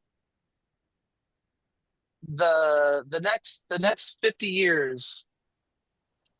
The next 50 years will likely see a large earthquake along the Pacific Northwest, along the Cascadia subduction zone. There's a lot of talk about this. I noticed multiple, I don't know where they got the source, but everyone's looking at this right now, and across multiple low-level blogs, mid-level You're blogs. muted, Jason. Oh, what? Can't hear I'm you. muted? Can anyone hear me? Can hear Caesar, you. can you hear me? I could hear you loud and clear. You can. Okay. So There you go. yeah. So like I said, there's been a lot of chatter, and I don't know which mid-level blog led to low propensity news sites, but they're talking about a likely upcoming subduction quake along the Pacific Northwest, where you'll see the coastline drop 6 feet and a potential tsunami of over 100 feet. Are you guys prepared for an earthquake? We had that big earthquake announcement about a month ago. We had that, or a little over a month ago, we had an earthquake in Julian, and a lot of us received the earthquake text. Most of us felt it. Are you guys ready for an earthquake? No. I'm guessing that most billionaires that live on the coast, they're not ready for it. They're just blindsided by it and have no clue whatsoever.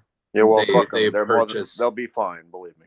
Ready. Well, yeah, of course, and they purchase their real estate. They'll be okay. It's like, you know, Fluffy just she had like a, you know, she flew out of the Range Rover type of incident, and they will exist, and that's who it's gonna affect. I don't feel like sure, if there was like some tyranny for us lesser individuals, these are the people that I'm more concerned for. You know, if there was to be any impact on the Inland Empire, or you know, places like Ontario, or you know, eh, areas that are lesser advantaged. Northridge, for instance, like where we had the very first earthquake in 1995, you know, that was heavily impacted. I feel that those are the areas that we need to survey, and we need to be prepared for it. And I would hope that those areas are not impacted, because again, I could care less about what happens to Malibu. Yeah, well, there's one thing I'm nervous about in terms of this. They say that an 8 point something along the Pacific Northwest will likely result in 13,000 deaths.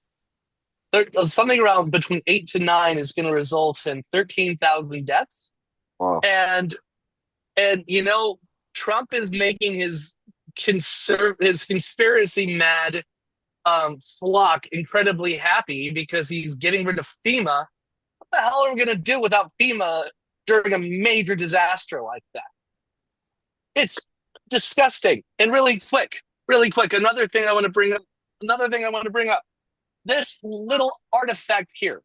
1 second, Suzette. Oh, Suzette, go ahead, and I'll hit this topic.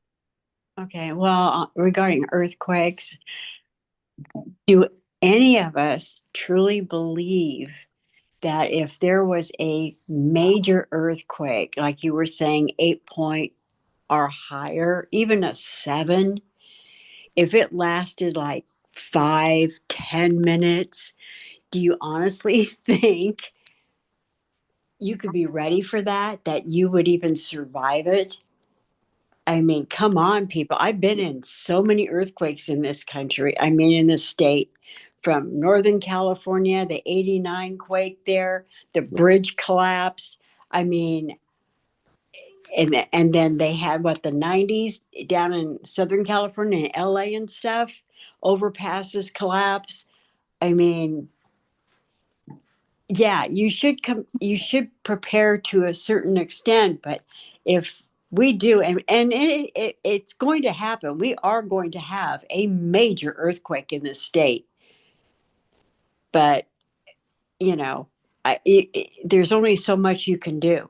I mean, just like tornadoes and hurricanes, you know, it's kind of like a crapshoot in a way.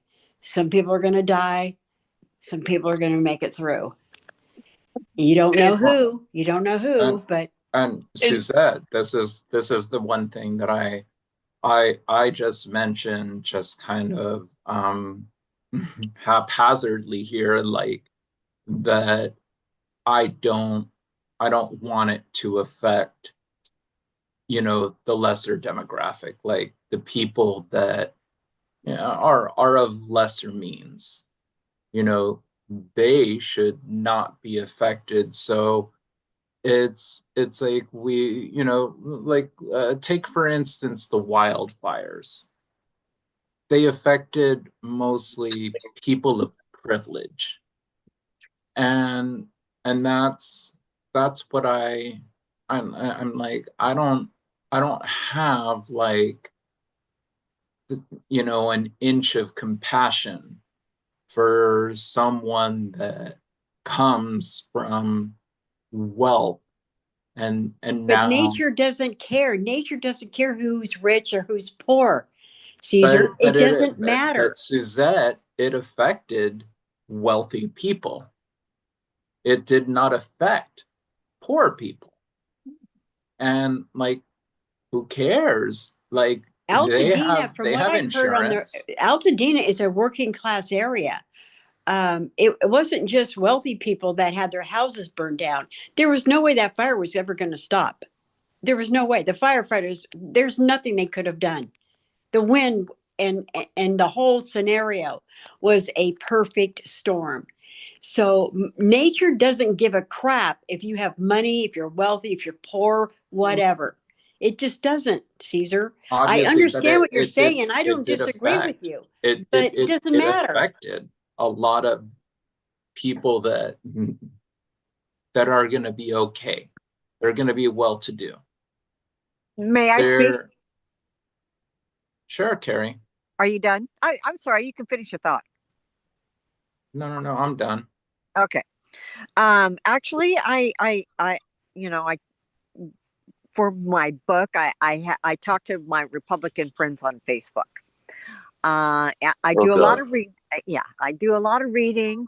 Anyway, in my recent reading, it's very interesting. In fact, I can send it to Jason. He can post it next week if he'd like. But there's very interesting reading about how blue states fund red states. Yes. And it's through Medicaid for the most part.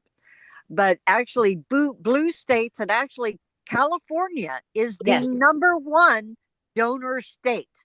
Right. To the federal government with taxes. New Yeah. York is second. California's one. New York is second. Yes. Yes. Florida is the worst Yes. taker. Carrie, wait, Carrie. What? Just stop right there. Stop right there. That's all you have to say. Florida is the worst because anything else is redundant. It takes 40% of the funds. No, I know. Just saying, like, you were correct when you just say Florida is the worst. I mean, I don't mean with percentage of funds that you take from the government. I mean, in general, Florida is just the worst. So, Carrie, you don't have to say anything after that. Florida is the worst. I think that you should also put that out on a T-shirt to advertise your book. Florida is the worst.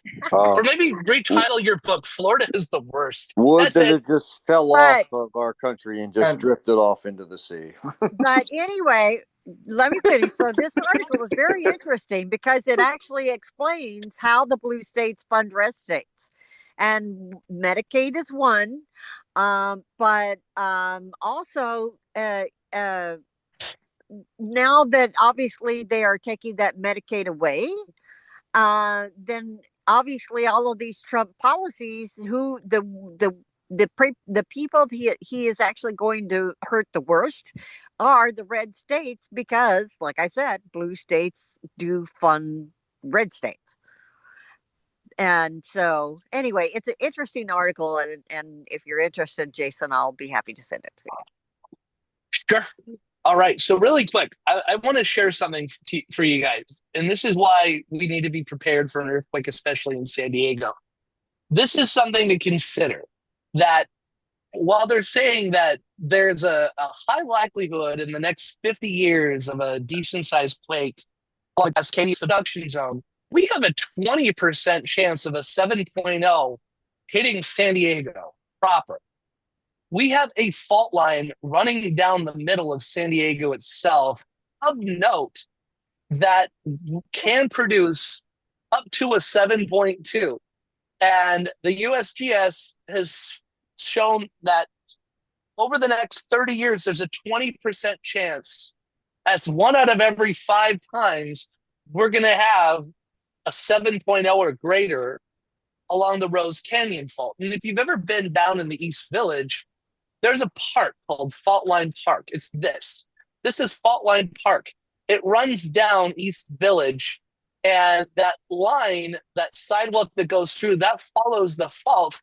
And the reason that there's a park there rather than a high rise is it has been zoned as not fit for human habitation, because we are eventually going to have at least a 7.2 to a 7.4 of the Rose Canyon Fault, either up around La Jolla or down in downtown or down by the Coronado Islands. But regardless of where it ruptures, that 7.2 is going to be a rather shocking event for those of us living in America's finest city. And additionally, a lot of our infrastructure is not, even though we've been working on seismic retrofitting, a lot of our older buildings are not designed for a 7.2 earthquake.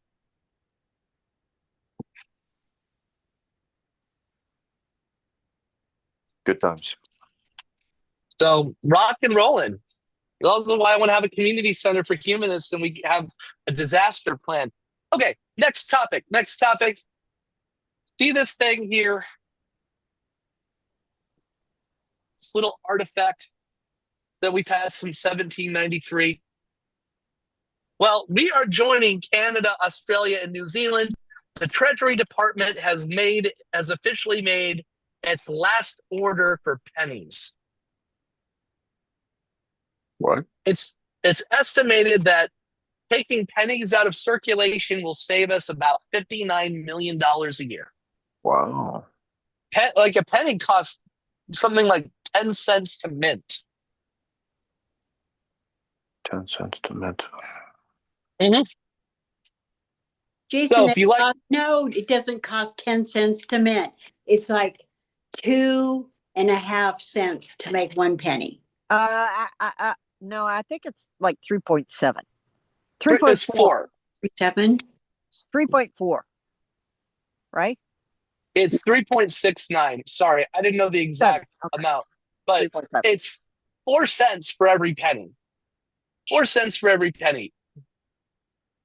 Well, it's not horrible. I know. It is. It's terrible. Like why are That's we terrible? paying 4 cents? 4 cents for a penny? It's worth a cent, and we're paying 4 cents to mint it. Like I almost feel like Are all the other that's- cents about the same, in terms of 5 cents, 10 cents, 25 cents? Are they all about the same in value being minted as opposed to the penny? See, I don't The know. others hold up their value because the others have silver, whereas the penny is copper. U.S. Mint's latest report, it costs 3.69 cents to make a penny, 13.878 cents to make a nickel. The cost to produce other coins like dimes, quarters, half dollars are also detailed in the report. A dime costs 5.76 cents to mint, and a quarter costs 14.68 cents. The nickel's worse than the penny. I mean, you said it was like 13 cents as opposed to the penny, which is 4. Okay. All right. I just have to talk. Go for it. Go for it, Mickey. All right. Creating money so that we can have money to exchange and that our books will balance properly is not a fucking business. We don't have to make a profitable coin. The coin is to support our commerce that we all engage in, we all agree to. This is something we want. So we should be making those for us and paying the cost for it. We pay those taxes so that we can have a mint. Now, why are people putting up capitalist libertarian ideas about why we shouldn't have a penny?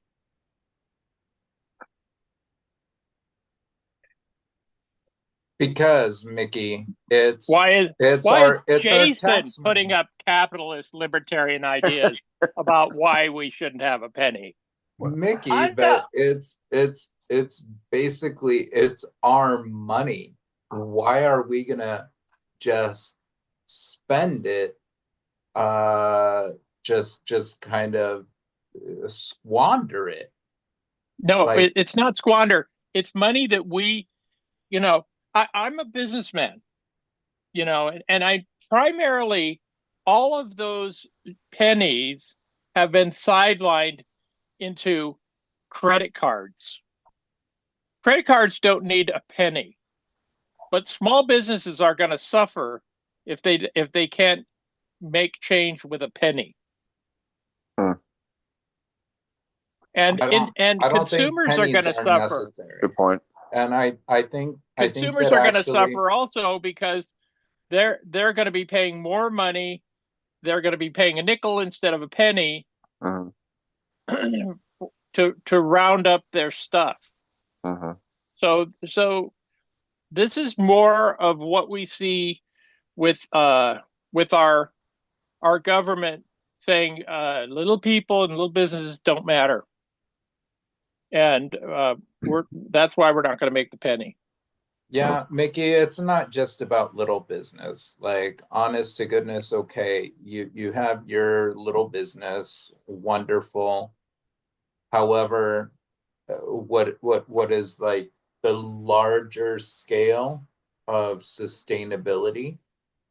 It's like it doesn't matter to have pennies because nobody pays with cash anymore. I'm sorry if you feel like, maybe you have a business where you receive only cash. However, the most of businesses do not. And it's about credit cards. I want to make a non-libertarian argument for getting rid of the penny. You call me. And Kidding. Oh, hold on. Christina hasn't spoken yet. Christina, do you need to know what a penny is? Oh God. I Sorry, need sorry. to ask a question. Okay. Sure. To Really, Mickey. Rabbit. Mickey, are you there? Can you hear us? I know you got your earphones. Yeah. Okay. So I was looking at it and I could be doing the math wrong, but won't it give money?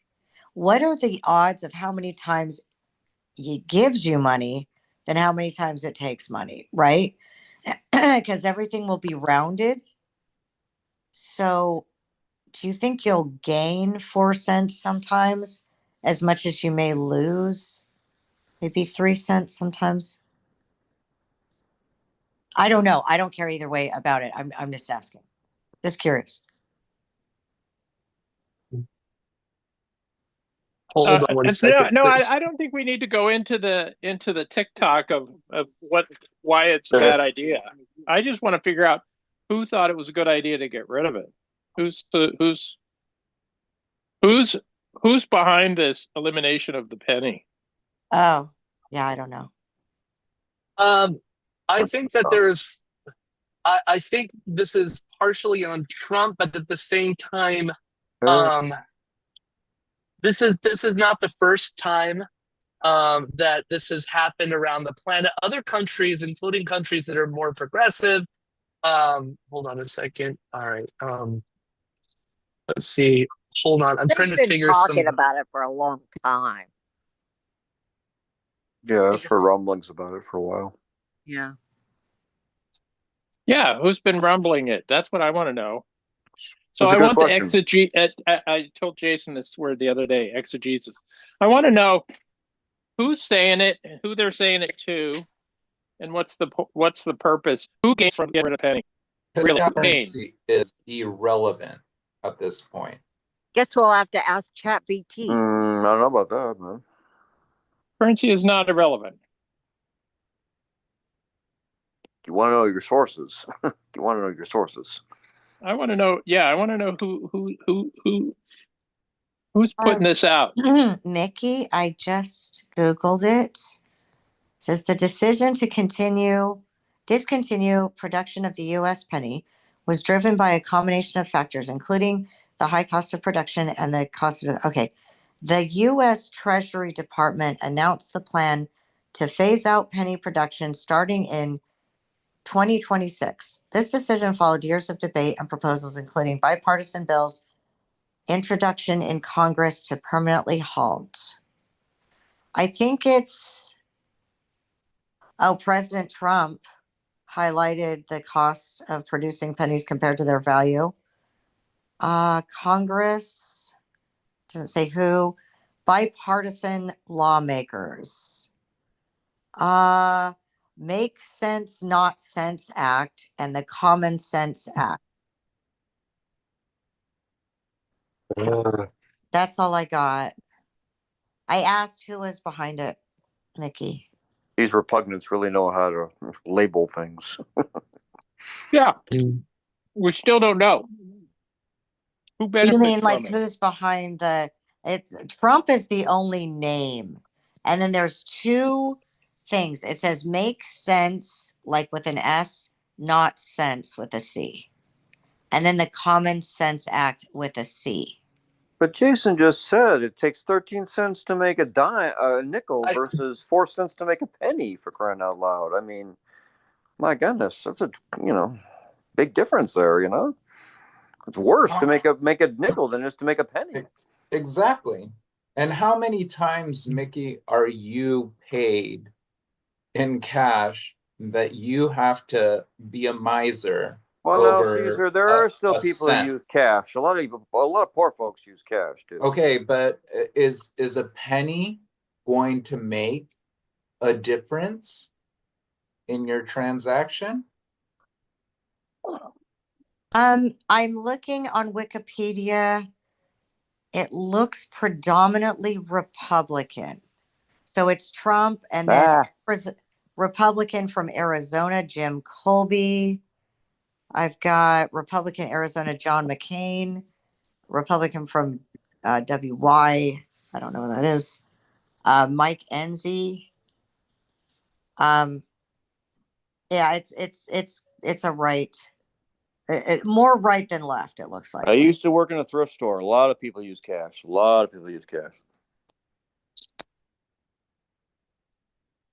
Yeah. Hold on. No, The point. it's just another monetary policy that eliminates the poor, because probably I think actually they're saying that the cryptocurrency or Trump's cryptocurrency, he wants it to take over the dollar. So it's a matter, and of course, cryptocurrency is basically traded among the rich, and so they just use it. So they don't really give a shit about monetary currency. All right, Suzette has a comment, and I would like to make a comment. Yeah, they're trying to do away with money altogether. They're arguing. I heard the arguments yesterday on some of the, I don't know, talk shows or whatever, and they were saying that people aren't even using cash anymore. They're using credit cards, debit cards, plastic. They're not even using money anymore. We don't need it. Scary stuff, people. But once again, it's simply because they are not poor and they don't give a shit about poor people. So there's some, I didn't put this out just to promote some kind of libertarian talking point. I put this out just for the sake of this is happening. A couple of thoughts from my end on this.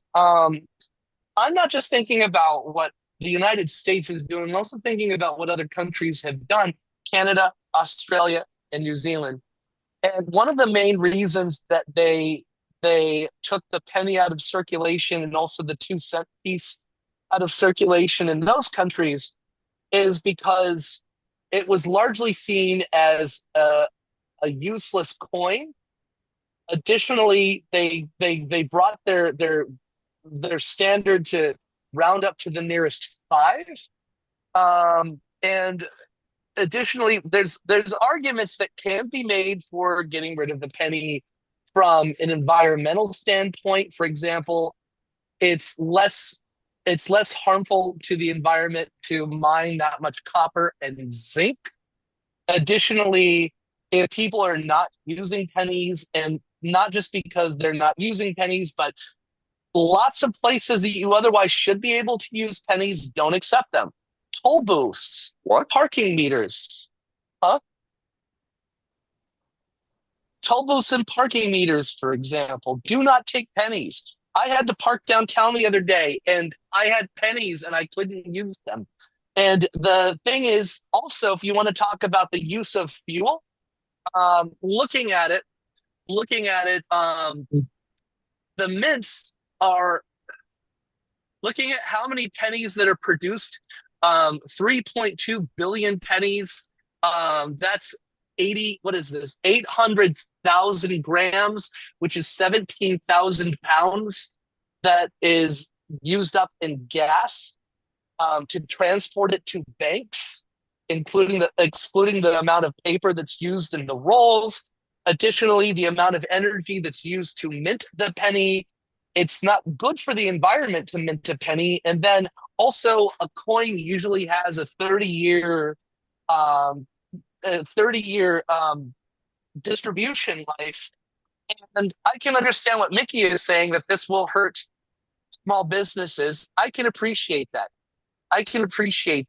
And I can also appreciate the fact that if this goes to the fact that single cent increments or anything outside of fives and zeros, credit card companies make a shitload of money off of that, because credit cards charge. Mickey, how much does the credit card credit cards that you've It's like been with, how much? 3%.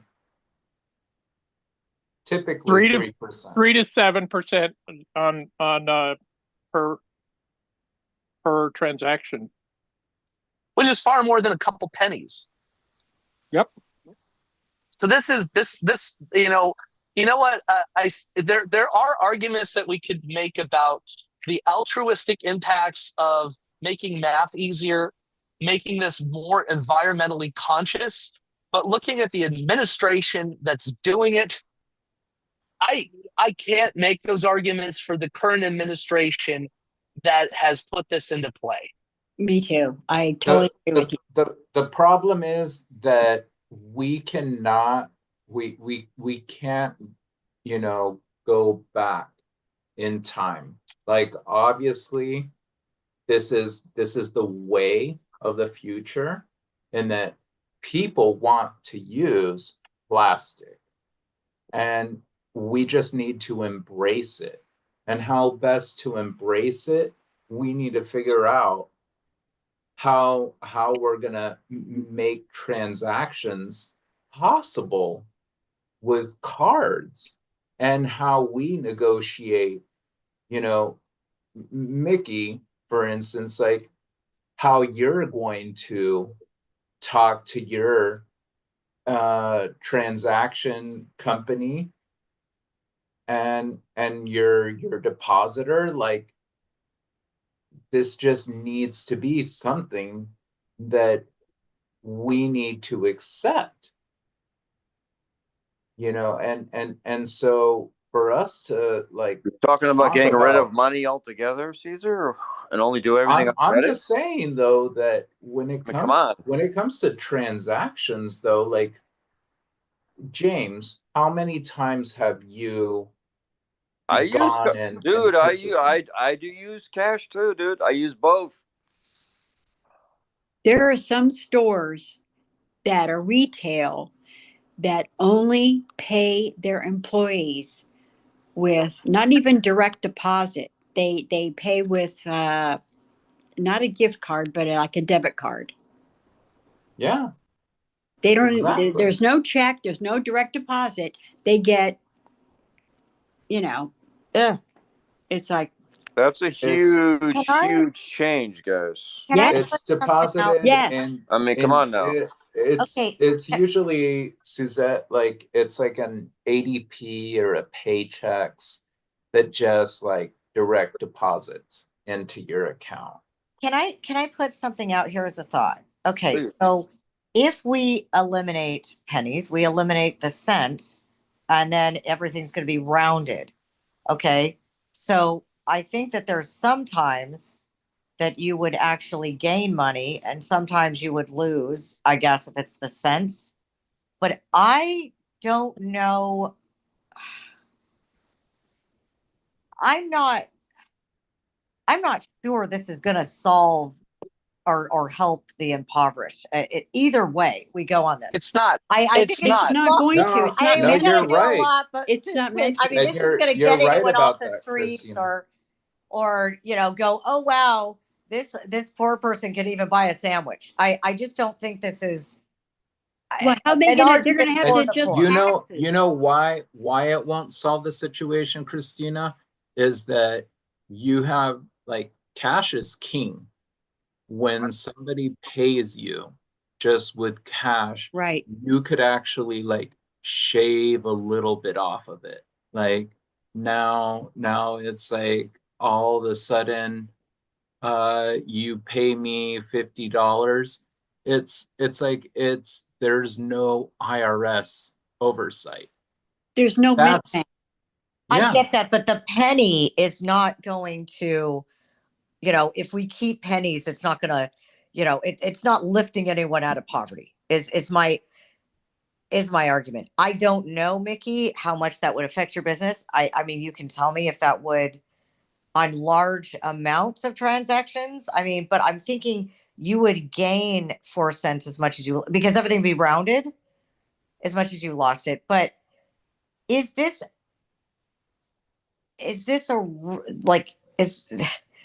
we got to come up with something better if we're standing for the poor. Like, oh, But- we gave you pennies, But then how are they going to, they're going to have to completely change taxing. okay, but I don't think people need a lot more to live than 4 cents. Okay, if they lose 4 cents, if they gain 4 cents, like maybe we need to think bigger than the penny if we're talking about poverty. The penny will This- still exist as a denomination. for 30 We for just the won't next have the 30 coin. years.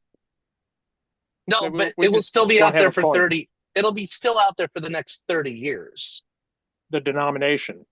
Yeah, but Mickey is right about the whole aspect of just this idea of creating this as a matter of look at the bottom line with how much this, but just looking at who this benefits. I look at this just as it's tax evasion, essentially. Like at a certain point, like if you pay me in cash, then there is no paper trail.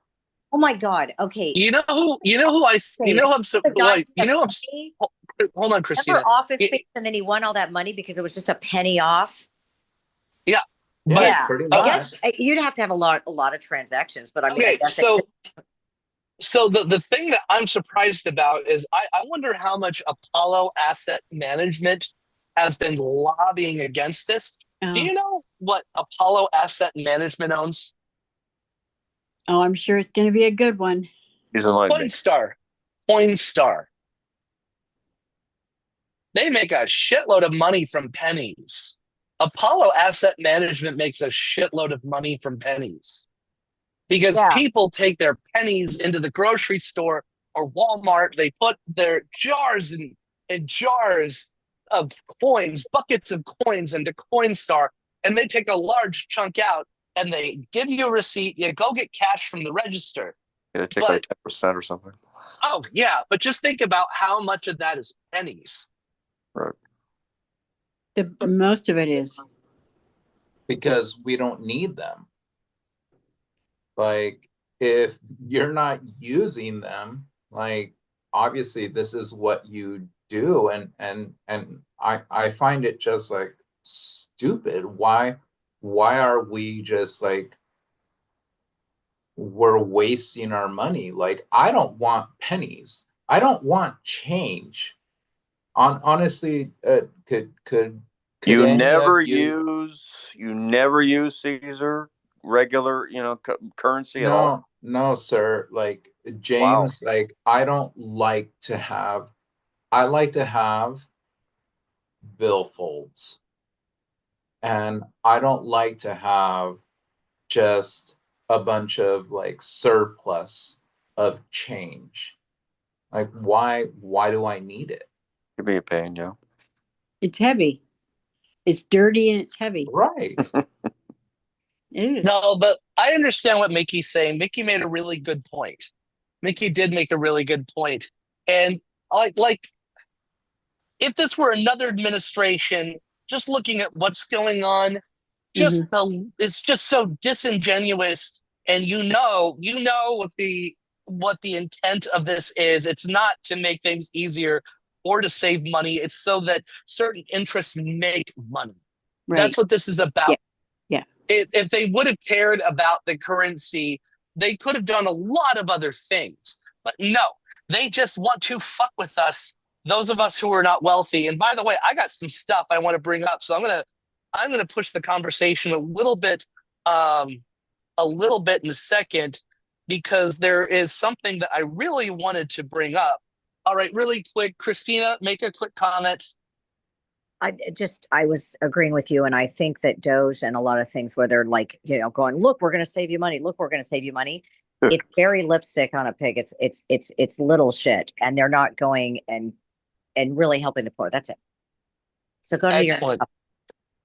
Well, I'd like to get more information on what Canada and I think it's Australia or New Zealand, how that worked for them, because they seem to be okay with it.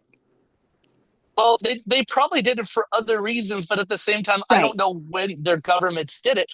It might have been for the same thing, but something tells me that in those particular instances, they have a different relationship with money than we Yes. do. Like if you go Yeah. to Europe, people think different things about bankers. And I just did my political comic of the week.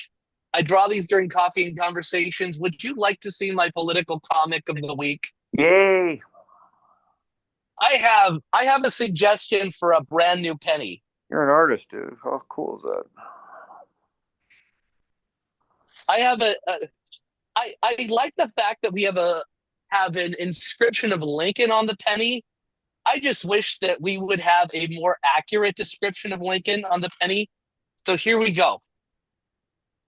This is my political comic of the week. Okay. I can't see it. I'm Can't having see a it. problem with Where the is bottom it? one there. I'm not quite sure I get that, the bottom part one. That's Lincoln getting his head blown off. We only see the side where he didn't Oh, get Oh, okay, I Jason, get it now. jeez, Come on now. not dude. funny. Want one. too soon. Too soon. All right. Last comment I'll make That's right, about the 150 years, subject. man. It's too soon. Last comment I'll make about Too the soon. subject is How it's the tires, you know, use any force.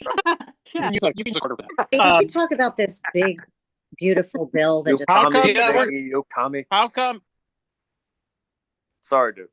the countries that have done it are all former colonies of Britain? They're On no, some they're level, not they still all are. former colonies They're of not. Canada? Well, they're still. There the have king. been Yeah, they're not King former. Charles. They still are. Both Canada and Australia, I believe, are Okay. still. Yeah, they're still part of ruled by the King United Charles. Kingdom. That's right. Well, they're part of the White Commonwealth. English people. And what about in Latin America? Oh, come on now. Yes. What are they Latin doing? America, Are they like gonna get rid of their peso? they're not colonies Their pennies? of Great Britain. Former colonies of Spain. Are they getting rid of their centavos? Yeah, well, England They doesn't have. speak French. Mm-hmm. Canada does. What was They- that? Okay. Say that again, Suzette. A lot of Canada speaks French. Only one province. That would be Quebec. Quebec. Montreal. That would Quebec. be Quebec. Quebec. 95% of them speak French. Quebecois. All right. We'll get to the big budget in a second, but really quick, owing to the fact that Amy Coney Barrett did the right thing by recusing herself because lawyers from Notre Dame, they were involved with the charter school, the Catholic charter school, and Amy Coney Barrett did the right thing by recusing herself. And because there was a stalemate, the Catholic Saint Isidora, who's the what is this? Thank God for Catholic guilt. Yeah. Let's see She was the- burdened by Catholic guilt. Amy Coney Barrett. so basically Oh, it was she went Catholic. forced, so there was a stalemate, so it couldn't go through. So the separation of church and state has been upheld by a default. Then this is beautiful. This is fucking beautiful. So somebody asked a question on Twitter if Marjorie Taylor Greene was a real Christian. Did you see this? Yeah. What? And Twitter's AI assistant Grok did something wonderful. Yeah. Grok said, because someone said Marjorie Taylor Greene's views are not necessarily Christian, or they asked if Marjorie Taylor Greene was Christian. So Grok said, critics, as a fact-checking mechanism, critics, including religious leaders, argue her actions contradict Christian values of love and unity. Whether she's really a Christian is subjective. And in response, Marjorie Taylor Greene Yep. responded to Grok. And Yes. earlier on Twitter, I said this was an example, a real life example of one of those keychains that said, if you want to keep an idiot busy, flip this over. And so Marjorie Taylor Greene replied to an AI program saying, judgment belongs to God, not you, a non-human AI platform. And it accused it of being left-leaning, spreading fake news propaganda. And Grok replied, I am Grok. I am Groot. An AI created by XAI, I do not have personal beliefs or a religion. My role is to provide factual analysis, not to judge someone's faith. So Marjorie Taylor Greene is engaging in a public dispute with an ATM algorithm. machine. God damn it. I love this. This is beautiful. This is beautiful. You know, if she were in California and she were arguing with an AI, we would put a 5150 on that person. She needs to be under psych evaluation from her Yeah, legislating. it's Georgia. She's a harm to herself and other people. You Yeah, think? but that's Georgia. I mean, what do you expect from Georgia? Yeah, this is like that Tom Lehrer song that makes a fella proud to be a soldier, in which Lehrer sings, he's from Georgia and he doesn't speak the language very well. Love Tom. Additionally, Pete Hegseth. Oh, God. Oh my God. The Pete woman Hegseth abuser. held during work hours drunk. at the Pentagon an event billed as the Secretary of Defense Prayer and Worship Service.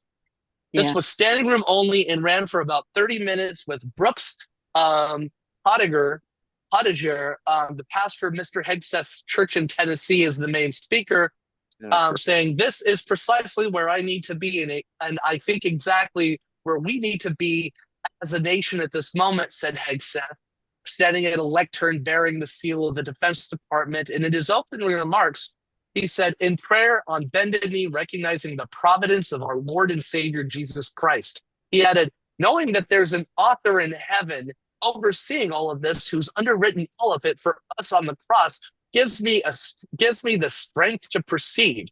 And in his prayer, he said, King Jesus, we come humbly before you, seeking your face, seeking your grace, in humble obedience to your law and to your word. We come as sinners saved only by that grace, seeking your providence in our lives and in our nation. Lord God, we ask for the wisdom to see what is right, and in each and every day, in each and every circumstance, the courage to do what is right in obedience to your will. It is in the name of our Lord and Savior, Jesus Christ, that we pray, and all God's people say, amen. Amen. Did you do a few shots after that? You know, Yeah, I bet. I want to know when Patron is not Sacramento Hegseth- wine. beat a few women afterwards.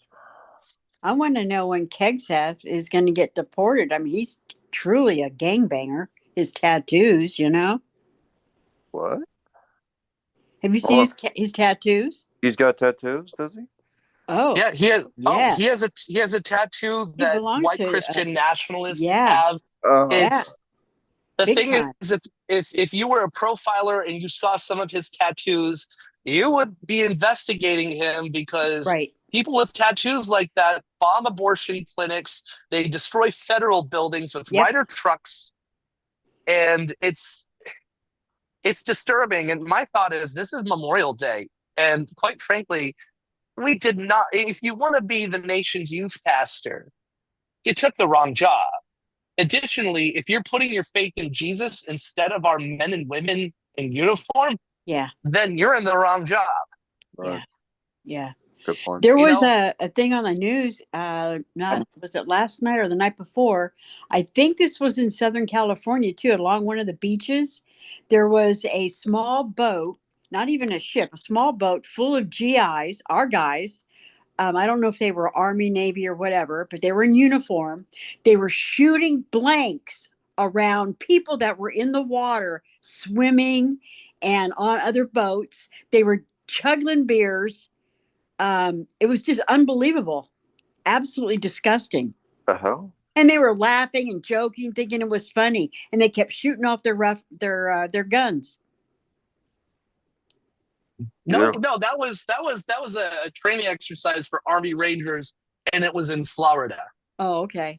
Of course. And Carrie, please give us your tagline for tonight. Do you remember your tagline, Carrie?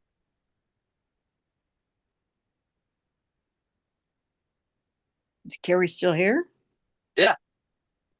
Florida is Sure. the worst. Oh yeah. Oh yeah. Yeah, it's God, country core. What can I say? I have an uncle over in the villages in the middle of the state. I think, the nation's largest a retirement community. And I remember a few years ago that on TYT they showed some guy yelling "White Power" from the villages. Some older guy in a cart or something like that from that area. yeah. Yee.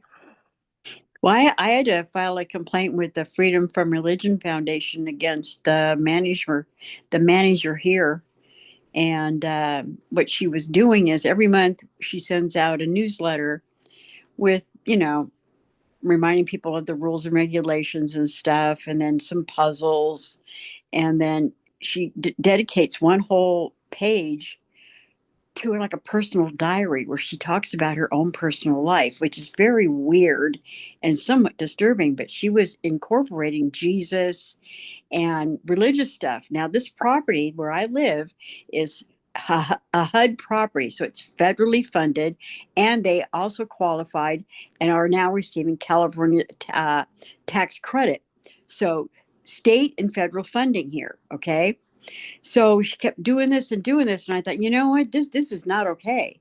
And so I finally reported it. Well, Freedom from Religion Foundation sent them letters.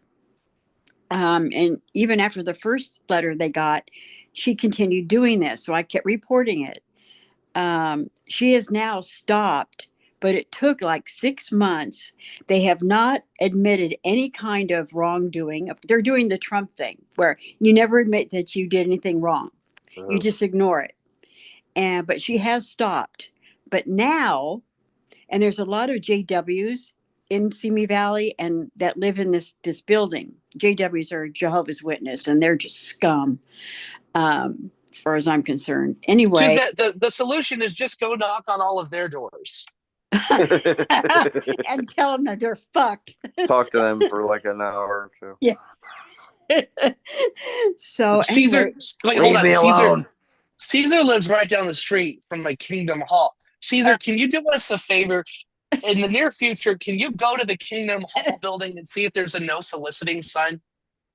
I have gone there and I've knocked profusely. I've made sure that Please do, bug them. they're well aware of my Mhm. presence. Like I bring them leaflets.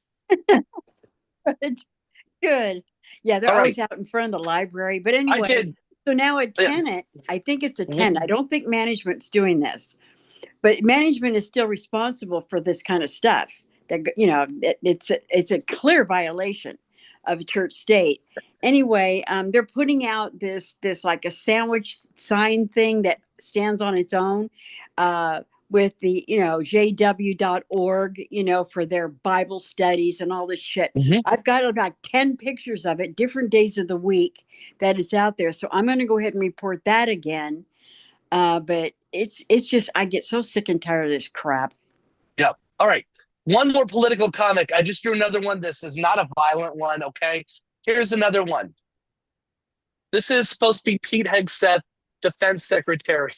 Leave the God, take the cannoli. There you go. All right. Is anyone unfamiliar what that's from? Christina, you've Godfather. seen that movie, right? What was it? Oh, very good. What's the movie? Godfather. One of the best movies ever made. What's the theme song? Speak softly, love. Speak softly, love. What? That's the name. There's lyrics to the theme song. The Oh, song is there Speak is? Softly, Love. Yeah. Oh, yeah? Oh, Speak cool. softly, love. Da, da, da, da. Oh, dude, I want to hear those lyrics. Yep. And so leave the God, take the cannoli. Yeah. And speaking of the Godfather, every time I take a break from secular activism, these Republican assholes make me quote Michael Corleone from the Coda movie Godfather Part 3. Just when I thought I was out, they pull me back in. You know what? Fuck all those people who say Godfather 3 is not a good movie. They're all We're not good. wrapping up. We're not wrapping up yet. We got more to talk about. And really quick, I'll say it again. Oh, I did this earlier. If you like what we do, you want to chip a couple bucks my way for all the work I put into this and all the extra work I do. It helps Thank out a you. lot. That's my Zelle, and that's my Venmo, and that's my Zelle. Excellent. So moving forward, this is something that I find can be really, really corrupt, and I know that the rest of you do too. You know what the Genius Act is? Genius Act just passed. Well, The Genius Act. Cover the big beautiful bill and the Medicaid and SNAP that got cut through the House. No, we're going to talk about that in a minute. We're talking about this bill Is it first. affiliated to Space Force? No. Space Force. The guiding and establishing national innovation for U.S. stable coins. What this looks like is some kind of FDIC for crypto. But really what it amounts to is it shuts down who can have a stable coin. It's only certain stablecoin initiators and providers are allowed to do stable coins. this is all bullshit. I mean, Yeah, it of really course it is. Of course it is. And plus, the thing is, Trump has a crypto czar. You know who his crypto czar is? It's him. No. His crypto czar is a gentleman by the name of David Sachs. Oh, well, yeah, but I mean, Trump's got his own. Do you know where David Sachs is from? Mickey, do you know where David Sachs is from? South Africa. Yes. And while he one of his fellow Stanford graduates, Peter Thiel, they both wrote a book about how political correctness harms white people at Stanford. Oh, poor white people. I know. And so these Oh. crypto people, and the thing is that I would have People are thought it would have been Stephen Miller. oh yeah, him Yeah. too. But Stephen Miller didn't go to Stanford. Right. But here's the thing.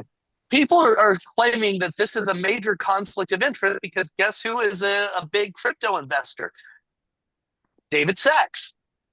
Against claims that there's a conflict of interest here, David Sachs says it's a lazy and stupid narrative to say that the reason why someone who's already successful in business goes into government is to somehow to make money. I was making money before. This involves a substantial disruption of my business interests. Trump said the same thing. This cost me a lot of money to be president. Well, 40% of his net worth has come in since he's become president. We're going to talk about that in a minute. And additionally, going forward, yes, Christina, the big, beautiful bill, it hasn't become law yet, but it passed Right. the House by one vote. And the thing about it is there's some things to talk about on this. There's a And lot to talk about. It did not get rid of Medicaid. It makes a huge paperwork burden for people. And it also we is just part of we No, it need gave to work anoint requirements. It gave work we need to requirements. anoint Marco Rubio. He needs to be Hold on one second. I want to say what's in this. So part of it is if you're a single adult without children, you have to go from every year of reapplying to every 6 months. This is this horrible fucking Handmaid's Tale government that we have They want to get rid of people who have come into this country for a better life, and they want to start giving cash incentives to people having kids. They want to make incentives to people having kids, but something tells me only certain people having kids. White kids, We white did take, Christian. yes, in the past, we had government programs that funded white women having kids, but nobody else. And here's another thing from this. It makes it more difficult to get on Medicaid and get help if you're not working. And plus, if you need Medicaid, you probably are not going to work because you're disabled. Right. But at the same time, this gives an incentive to having children. But a couple of the things with this, it extended the Trump tax cuts.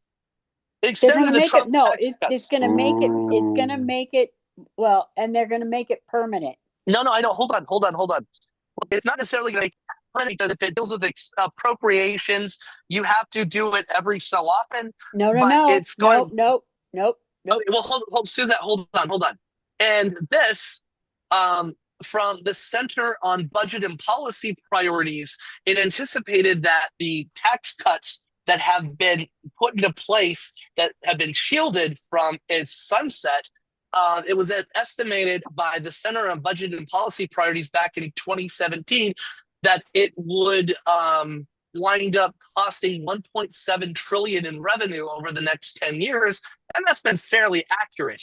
And the thing is that the top 1%ers from that tax cut got an average of $60,000 a year in tax cuts, and the bottom 60% about $500. The Bush tax cuts, in terms of revenue share of GDP, the Bush tax cuts, Bush 41 or 43, the Bush tax cuts ripped 16.3% of government revenue, and these ripped 16.9% of government revenue to GDP annually. And then Trump, the first Trump administration, said that it would give an equivalent of a $4,000 boost in annual income, but to most people. But those making less than $114,000 a year did not see a positive impact microeconomically or macroeconomically. And one thing, the last two things that I'm going to say on this is that this also is putting in an increase in the debt ceiling of $4 trillion.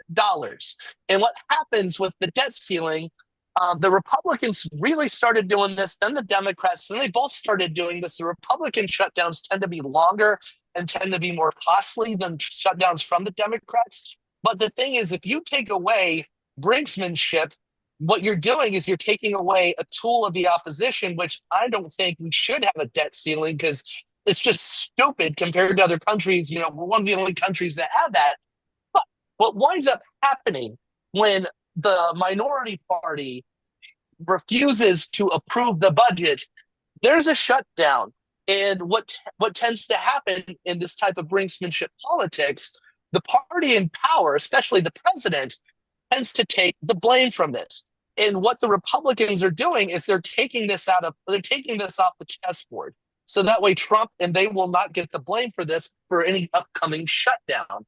And then really quick, and this is not about the beautiful budget bill per se, but it's also about the fact, not just about Republicans, but Democrats as well, because why leave wealthy Democrats out of this?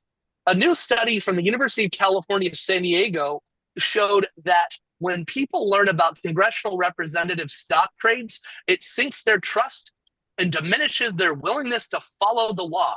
The January review by UCSD's Rady School of Management used a sample of 1,000 Americans. They were shown data from the watchdog group Unusual Whales on the portfolio performance of members of Congress, which routinely outperformed the market. Among the group's findings from 2024, GOP Congressman David Rouser's investment return shot up 149%, Democratic Congresswoman Debbie Wasserman Schultz, 142%, Republican Senator Susan Collins, 77%, and Democratic Congresswoman Nancy Pelosi, 71%. So if we just talk about this benefiting the wealthy, if we think it's just the Republicans that are bad here, it's not. The Democrats are also bad here because they have a huge fiduciary interest because they're allowed to trade stocks.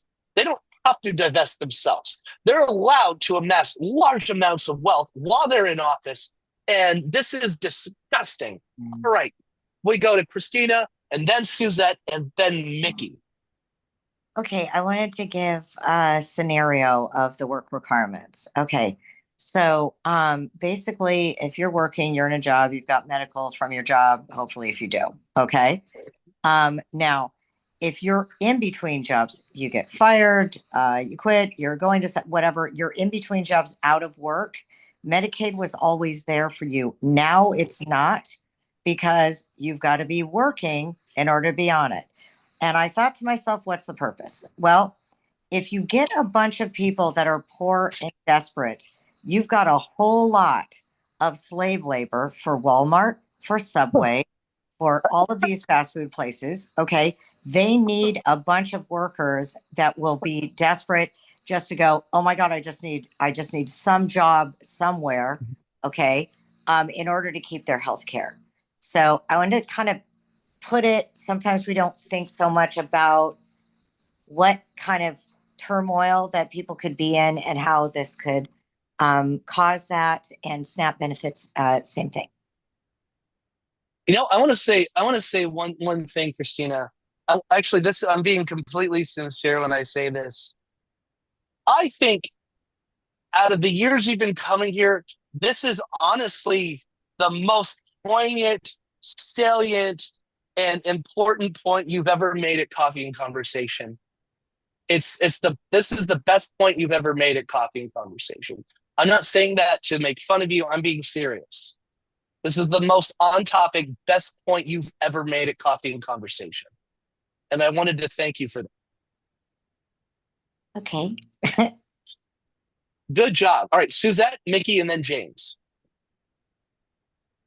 Okay. It is beyond my comprehension why Americans allow themselves to not have health care. I'm not talking about Medicaid or I'm talking about universal. Our taxes come back to benefit us. Why the fuck have Americans year after year after year after year pay taxes and they don't get anything in return, or they get just the bare minimum, and they put up with this crap all the time? It's got to stop. Americans have got to wake up and grow up and start fighting for themselves. All right, so really quick, this is a poll for everyone. We can either go to Mickey and James, or I can actually answer that question because I know the answer. Pass. Mickey, are you passing? Yes. Okay. All right, James, and then I will answer Suzette's question. Okay, and Poor People's Campaign encouraged me to call every day while this was going on. I only called once. I'm ashamed to say I only called once, but at least I called. My stupid Ami Bera, my stupid guy, didn't even answer the goddamn phone, which really pissed me off. What do I pay taxes for? Someone should be answering the fucking phone. Anyway, you tell them there are 11 million people who are going to lose health, who are going to lose their Medicare, their Medicaid because of this. Call your senators. Yes. Call your senators and tell them, damn it, do not cut Medicaid. Call them. Call them every day if you can. Can. Okay? It's not over. It's not over. Right. Right? We have a responsibility. Please, people, please. Thank you. You can also email too. You can do both. You're absolutely right, James. Yes. I prefer calling because I think a human voice makes more, is best much, it's, maybe I'm old fashioned. I'm 54, I'm of the no, you're right. You know what I'm saying? Yeah. A human voice has more connection than it does a damn, an email. Yes, I absolutely agree with you. And I'm doing both too, because they're also going after Medicare. They're going after all of it. But Suzette, they said they wouldn't. Yeah, right. Uh-huh. Fuck them. Well, I can tell you what it is. I can tell you what it is.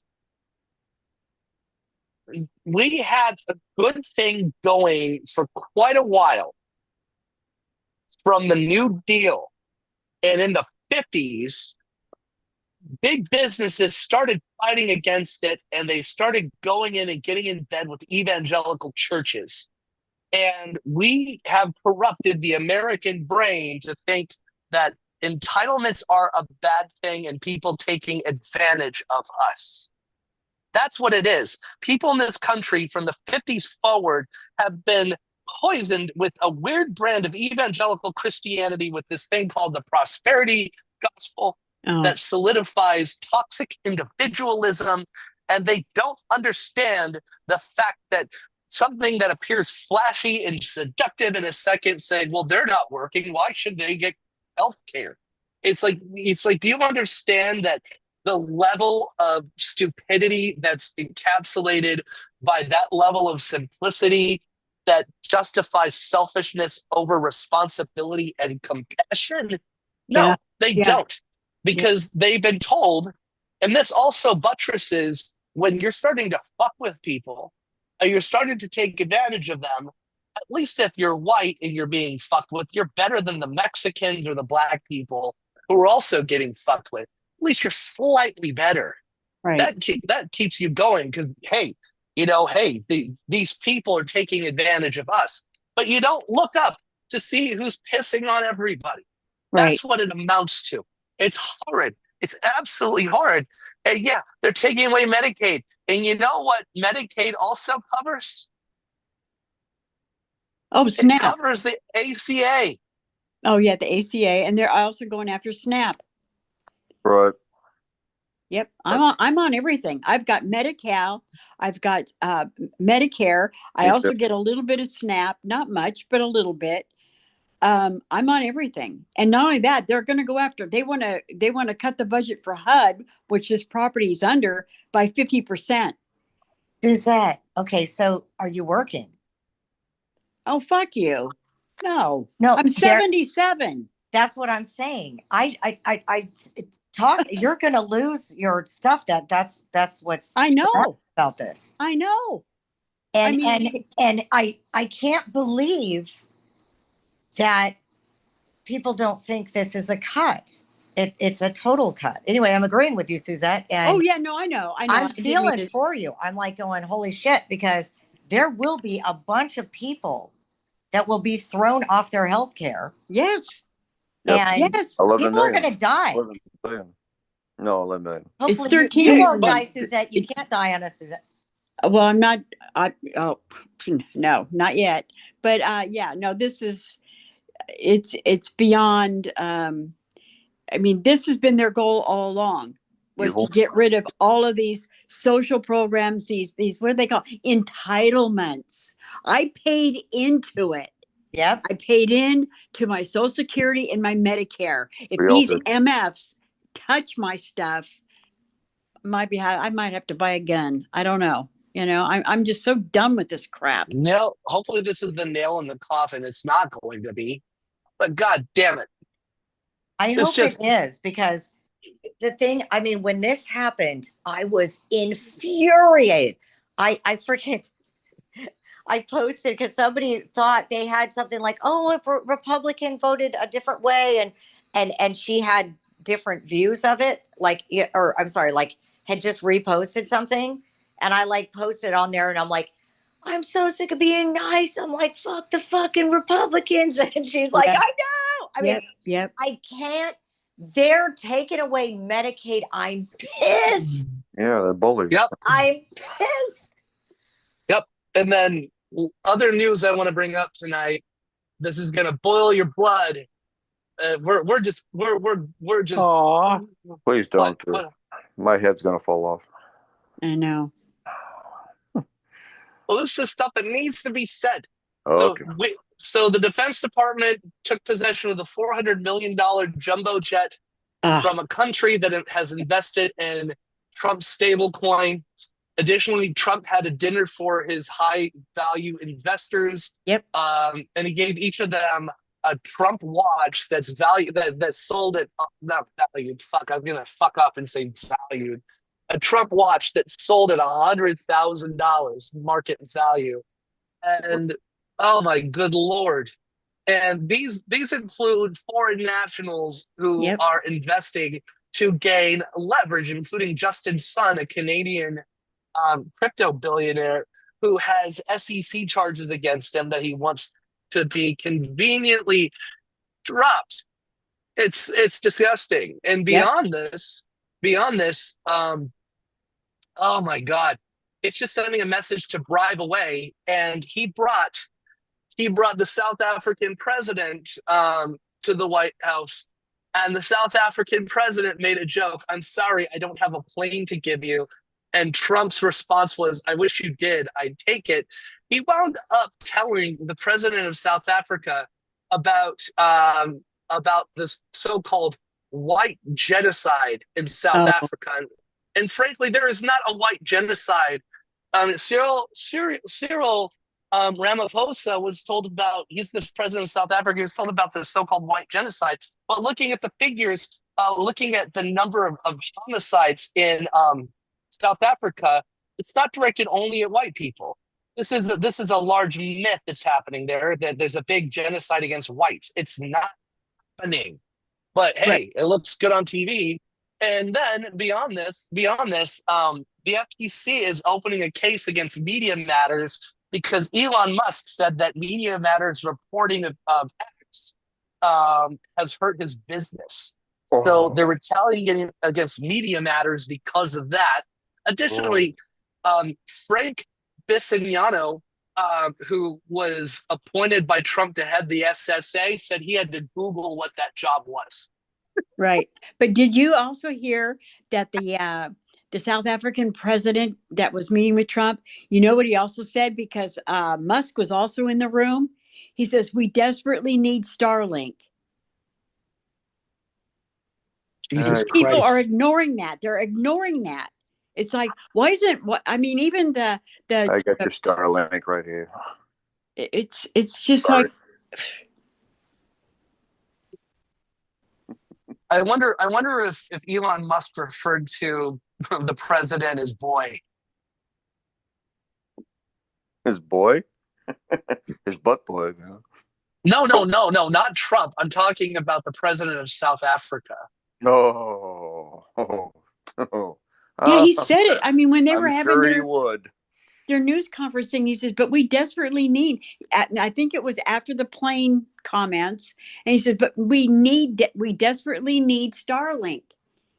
And it's like, why isn't the news? I mean, it's like, come on, people. How could you not miss? I mean, God, this is just disgusting. it Then- is. And we're and paying then- for this damn plane? No. Pam Bondi is also talking about removing the referees, saying that she's going to remove the requirement of the public integrity section to review and approve prosecutions of public officials. Then this is a good one. U.S. District Judge Beryl Howell has said that Trump's disbandment of the U.S. Institute of Peace was illegal. And then Rex Hubke, someone on the editorial board of USA Today, put out the editorial saying that Biden was going through dementia, but Trump is far worse. Hubke said, Trump seems to know little, and he has grown increasingly incoherent and rambling, often wholly detached from reality. Time magazine interviewed the president about border security, and on the border wall, Trump said, I built hundreds of miles of wall, and then Biden didn't want to. And we had an extra 100 miles that I could have put in because I ordered extra. I completed that wall, which was what I was doing. But I wanted to build additional because it was working so well. So, and then lastly, of course, you remember that, God. So Joe Biden, it's come out, he has an aggressive form of prostate cancer, and Donald Trump told reporters that he's. I think it's very sad, actually, that Joe Biden has stage 9 cancer. Yeah, I know. Yeah. I mean, yeah. Technically, isn't that And death? I know, huh? There's yeah, and then Page they 9. question cognitive it's I'm so sick of the news just completely ignoring. Cancer times 12. Page 9. He'd be dead like 10 times. Pretty much, yeah. No, that means he spread it to his family. God. My dad had prostate that had gone into his bones too, so it's not a good thing. Even though they're saying that he should be around for a while, I doubt it. It's very aggressive once it gets to your bones. That's it. Because bone marrow maybe is an option. My dad thought about it and said, "Nah." So it's horrible for a guy. It's really bad. Yep. On immigration, as was mentioned earlier in this chat on Kristi Noem and immigration, how she could not define, my students could define habeas corpus and point to where it's at in the Constitution. Kristi Noem could not. She said it was the ability for the president to remove people from this country. Additionally, Tom Homan, the so-called border czar, his security detail is costing the taxpayers $1 million a month. Wow. Lovely. And he we travels don't have in a health care. he travels in a 4-car motorcade. Most cabinet officials get a 2-car motorcade. U.S. District Judge Alan Burrows suspended the Trump administration's blockage of foreign student enrollment at Harvard. Oh, yeah. 27.3% of Harvard students are non-U.S. residents. Right. How many? Like 27? 27.3. Wow. The school at Harvard with the largest percentage of non-foreign resident or non-U.S. residents is the Kennedy School. Yeah. And so, yeah, it's awful. Then Vice President J.D. Vance called Chief Justice John Roberts' comments earlier this month that the judiciary's role is to check the executive branch a, quote, profoundly wrong sentiment, and the court should be deferential to the president. What?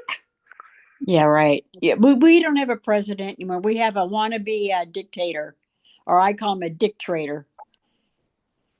You know, that's so weird that Kristi Noem, every time because I share her name, and it's like, I'm kind of like, huh? Oh, huh? Oh, you're talking about her.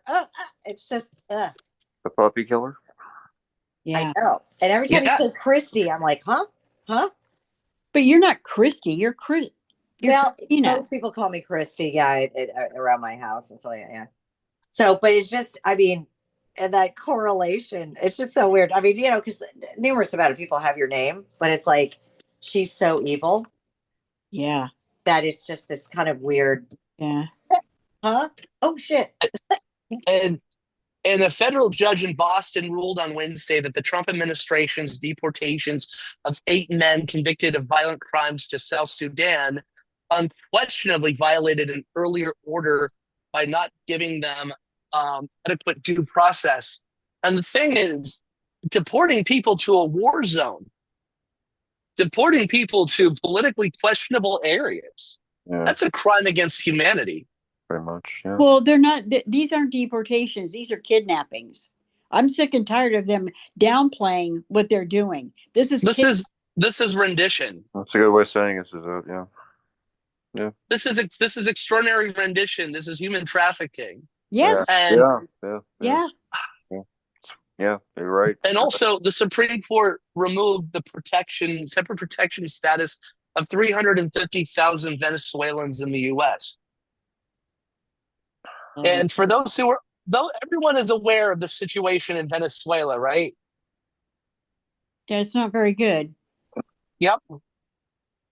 That for a while. Oh my God. Okay, last few things I want to bring up. According to Business Insider, half of summer travelers earn more than $100,000 a year. Wow. We've reached a weird pivot point in this country where we're now approaching full aristocracy and a completely segmented society of absolute haves will never. Fuck it. It's not haves and have not. It's haves and will never have. Yeah. Actually, fuck it. It's not even will never have.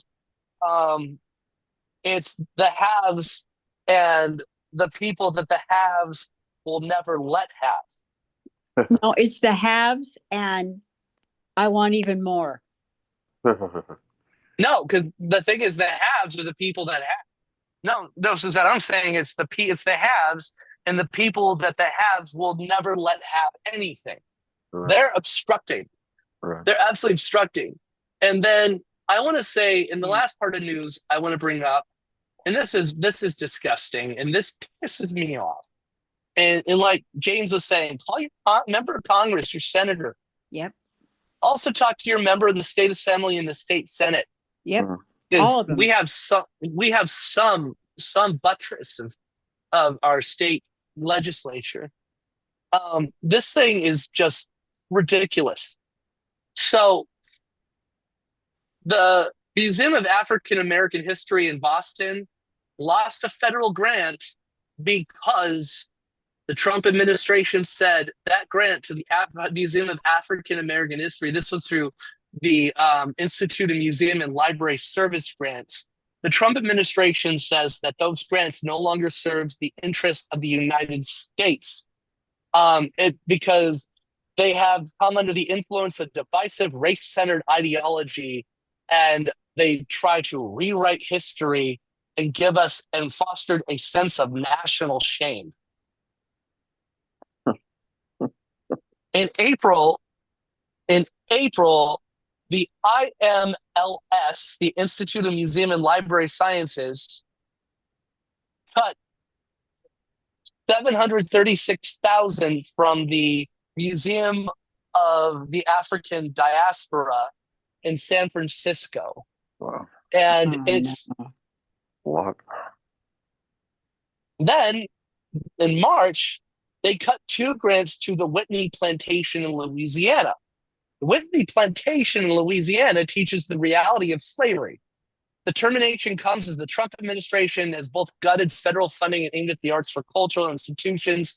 All right, so upon further review, this is what they said about this. The IMLS has determined that your grant is unfortunately no longer consistent with the agency's priorities and no longer serves the interests of the United States and the IMLS program.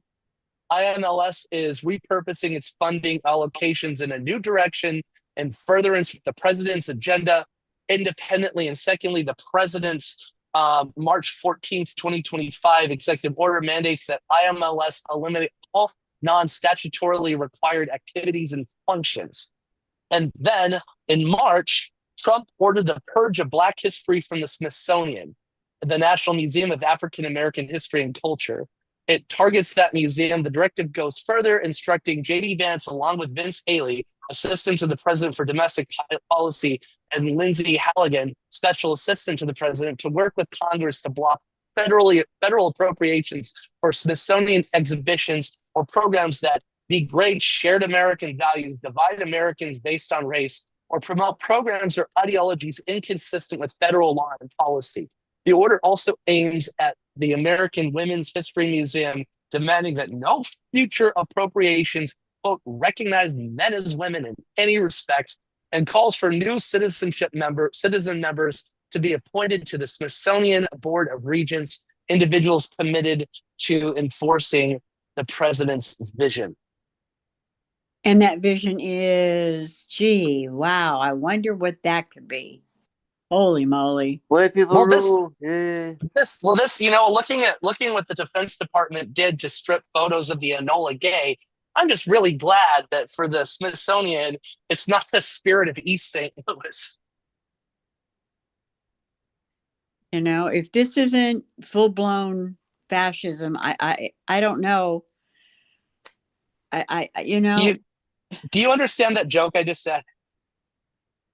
I want No, to see I if it don't. just wasn't funny.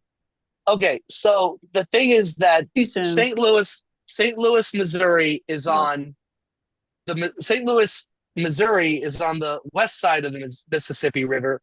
St. Louis, Illinois is on the east side of the river. St. Louis, Illinois, also called East St. Louis, is a majority Black city. And so I'm criticizing the Trump administration about how the Defense Department removed photos of the Tuskegee Airmen, but also photos of the Enola Gay because it had the name Gay, even though that was named for the mother of the man who piloted that plane. Right. So I'm saying, because the spirit of St. Louis is flying at the Smithsonian. It's hung up over at the Yeah. Smithsonian. So I'm saying, thankfully it's not called the spirit of East St. Louis. I get you now. There you go. Cool. So we've been on for 3 hours. I think we'll wrap up. Good times. We had a good chat tonight. We did. We've had people, a handful of people watching off and on our live stream. On YouTube? What, 2 or 3? Yep. And Yeah. gear up people for June 14. What's June 14th? June 14 is a It's a birthday worldwide present. national anti-Trump, anti-fascist, no kings rallies, Rally? Cool. protest rallies. We're over 1,000 protests right now signed up. There you go. So Great. there's one near you. If there isn't one near you, start one on your own. It's super easy, and you'll be surprised how many people are going to be showing up. Cool. Yep. And here's the question. What do you get to the wannabe dictator? What do you get for the wannabe dictator that has everything on his birthday? Oh, I'm not going to say it because they might get arrested. Club over the head? No, I'll crown him No. all right. no. The thing is that's Trump's birthday. It's also Flag Day. It's also the day, the anniversary of the creation of the U.S. Army, and Trump is having a military It's Flag parade Day on that too. day. It's Flag Day. So that's why the protest is on June 14th. All So right. with all those protests across the country, that's why I'm saying, what do you get for the wannabe dictator that has everything? A nationwide protest against him. There you There go. you go. And we know what we're going to do? We're going to 86-47. There you go. Oh, good old Oh, goddamn. Okay. You know what, people? If anything, go to one of these. It will help you. It will make your stress level a little bit less. Good I'm point. not kidding. You'll be I- around people who feel exactly like you do. Okay? What day of the week I'll is make it? sure. It's a It's- Saturday. Cool. You know what? I will make sure the humanists from San Diego are involved in the planning Yes. and Make big production of signs. this. Yes. Yep. And I'll probably get a chance to speak as well. You So- probably will. And notify your local papers and stuff. That's what we're going to be. Simi Valley's even having one. I mean, I'm going to All go to 2 that day. I'm going to go to the one in Simi Valley, and then I'm going to shoot over to Thousand Oaks. I'm going to 2. All right. I'm going to be grading tomorrow because I got a lot of stuff to grade. I'm opening up the Sunday chat as just a free-for-all social day. So come on, same link, same time, 2 p.m. tomorrow. I'm just opening up the link. So I'm going to be grading, but we'll have a social chat tomorrow. Next week, we're going to do a full thing on what is that? The second? First. We're going to do something on June 1st in the afternoon while Mickey is wrapping up his race. Mickey's going to be at Rock and Roll Marathon. So tomorrow's a social day, but come on anyway. We'll live stream and we'll just chat about whatever you want to chat about. But as we wrap up, Demetrius, final word.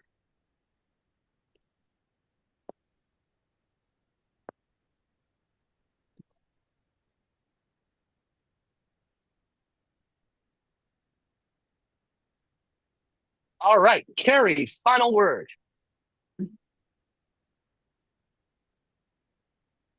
I think they might have gone to sleep.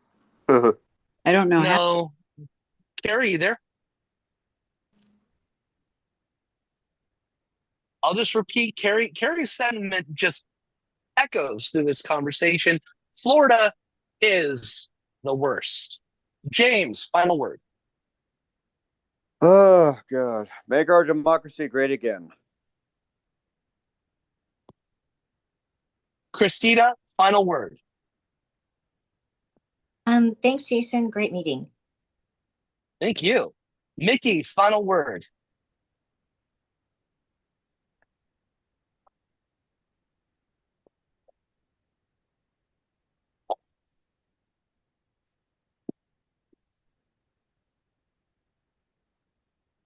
All right. And Suzette, final word from Suzette. You close this out. Just, hang in there, people. I mean, I'm struggling. I just can't stand what's happened to this country and what's going on and how many people are being harmed for no reason. We have to stop this. It's going to be up to us. No one's going to save us. We have to take charge. The protests do matter. And every time we have them, they get bigger and bigger. We're going in the right direction. Indivisible, Google them. Hands off, Google them. Just June 14th protest. It'll pop up automatically. Join. There's millions and millions, and even now there's even Republicans that voted for these assholes that are joining us. They've had enough. That wraps us up. Thank you, Suzette. See you tomorrow.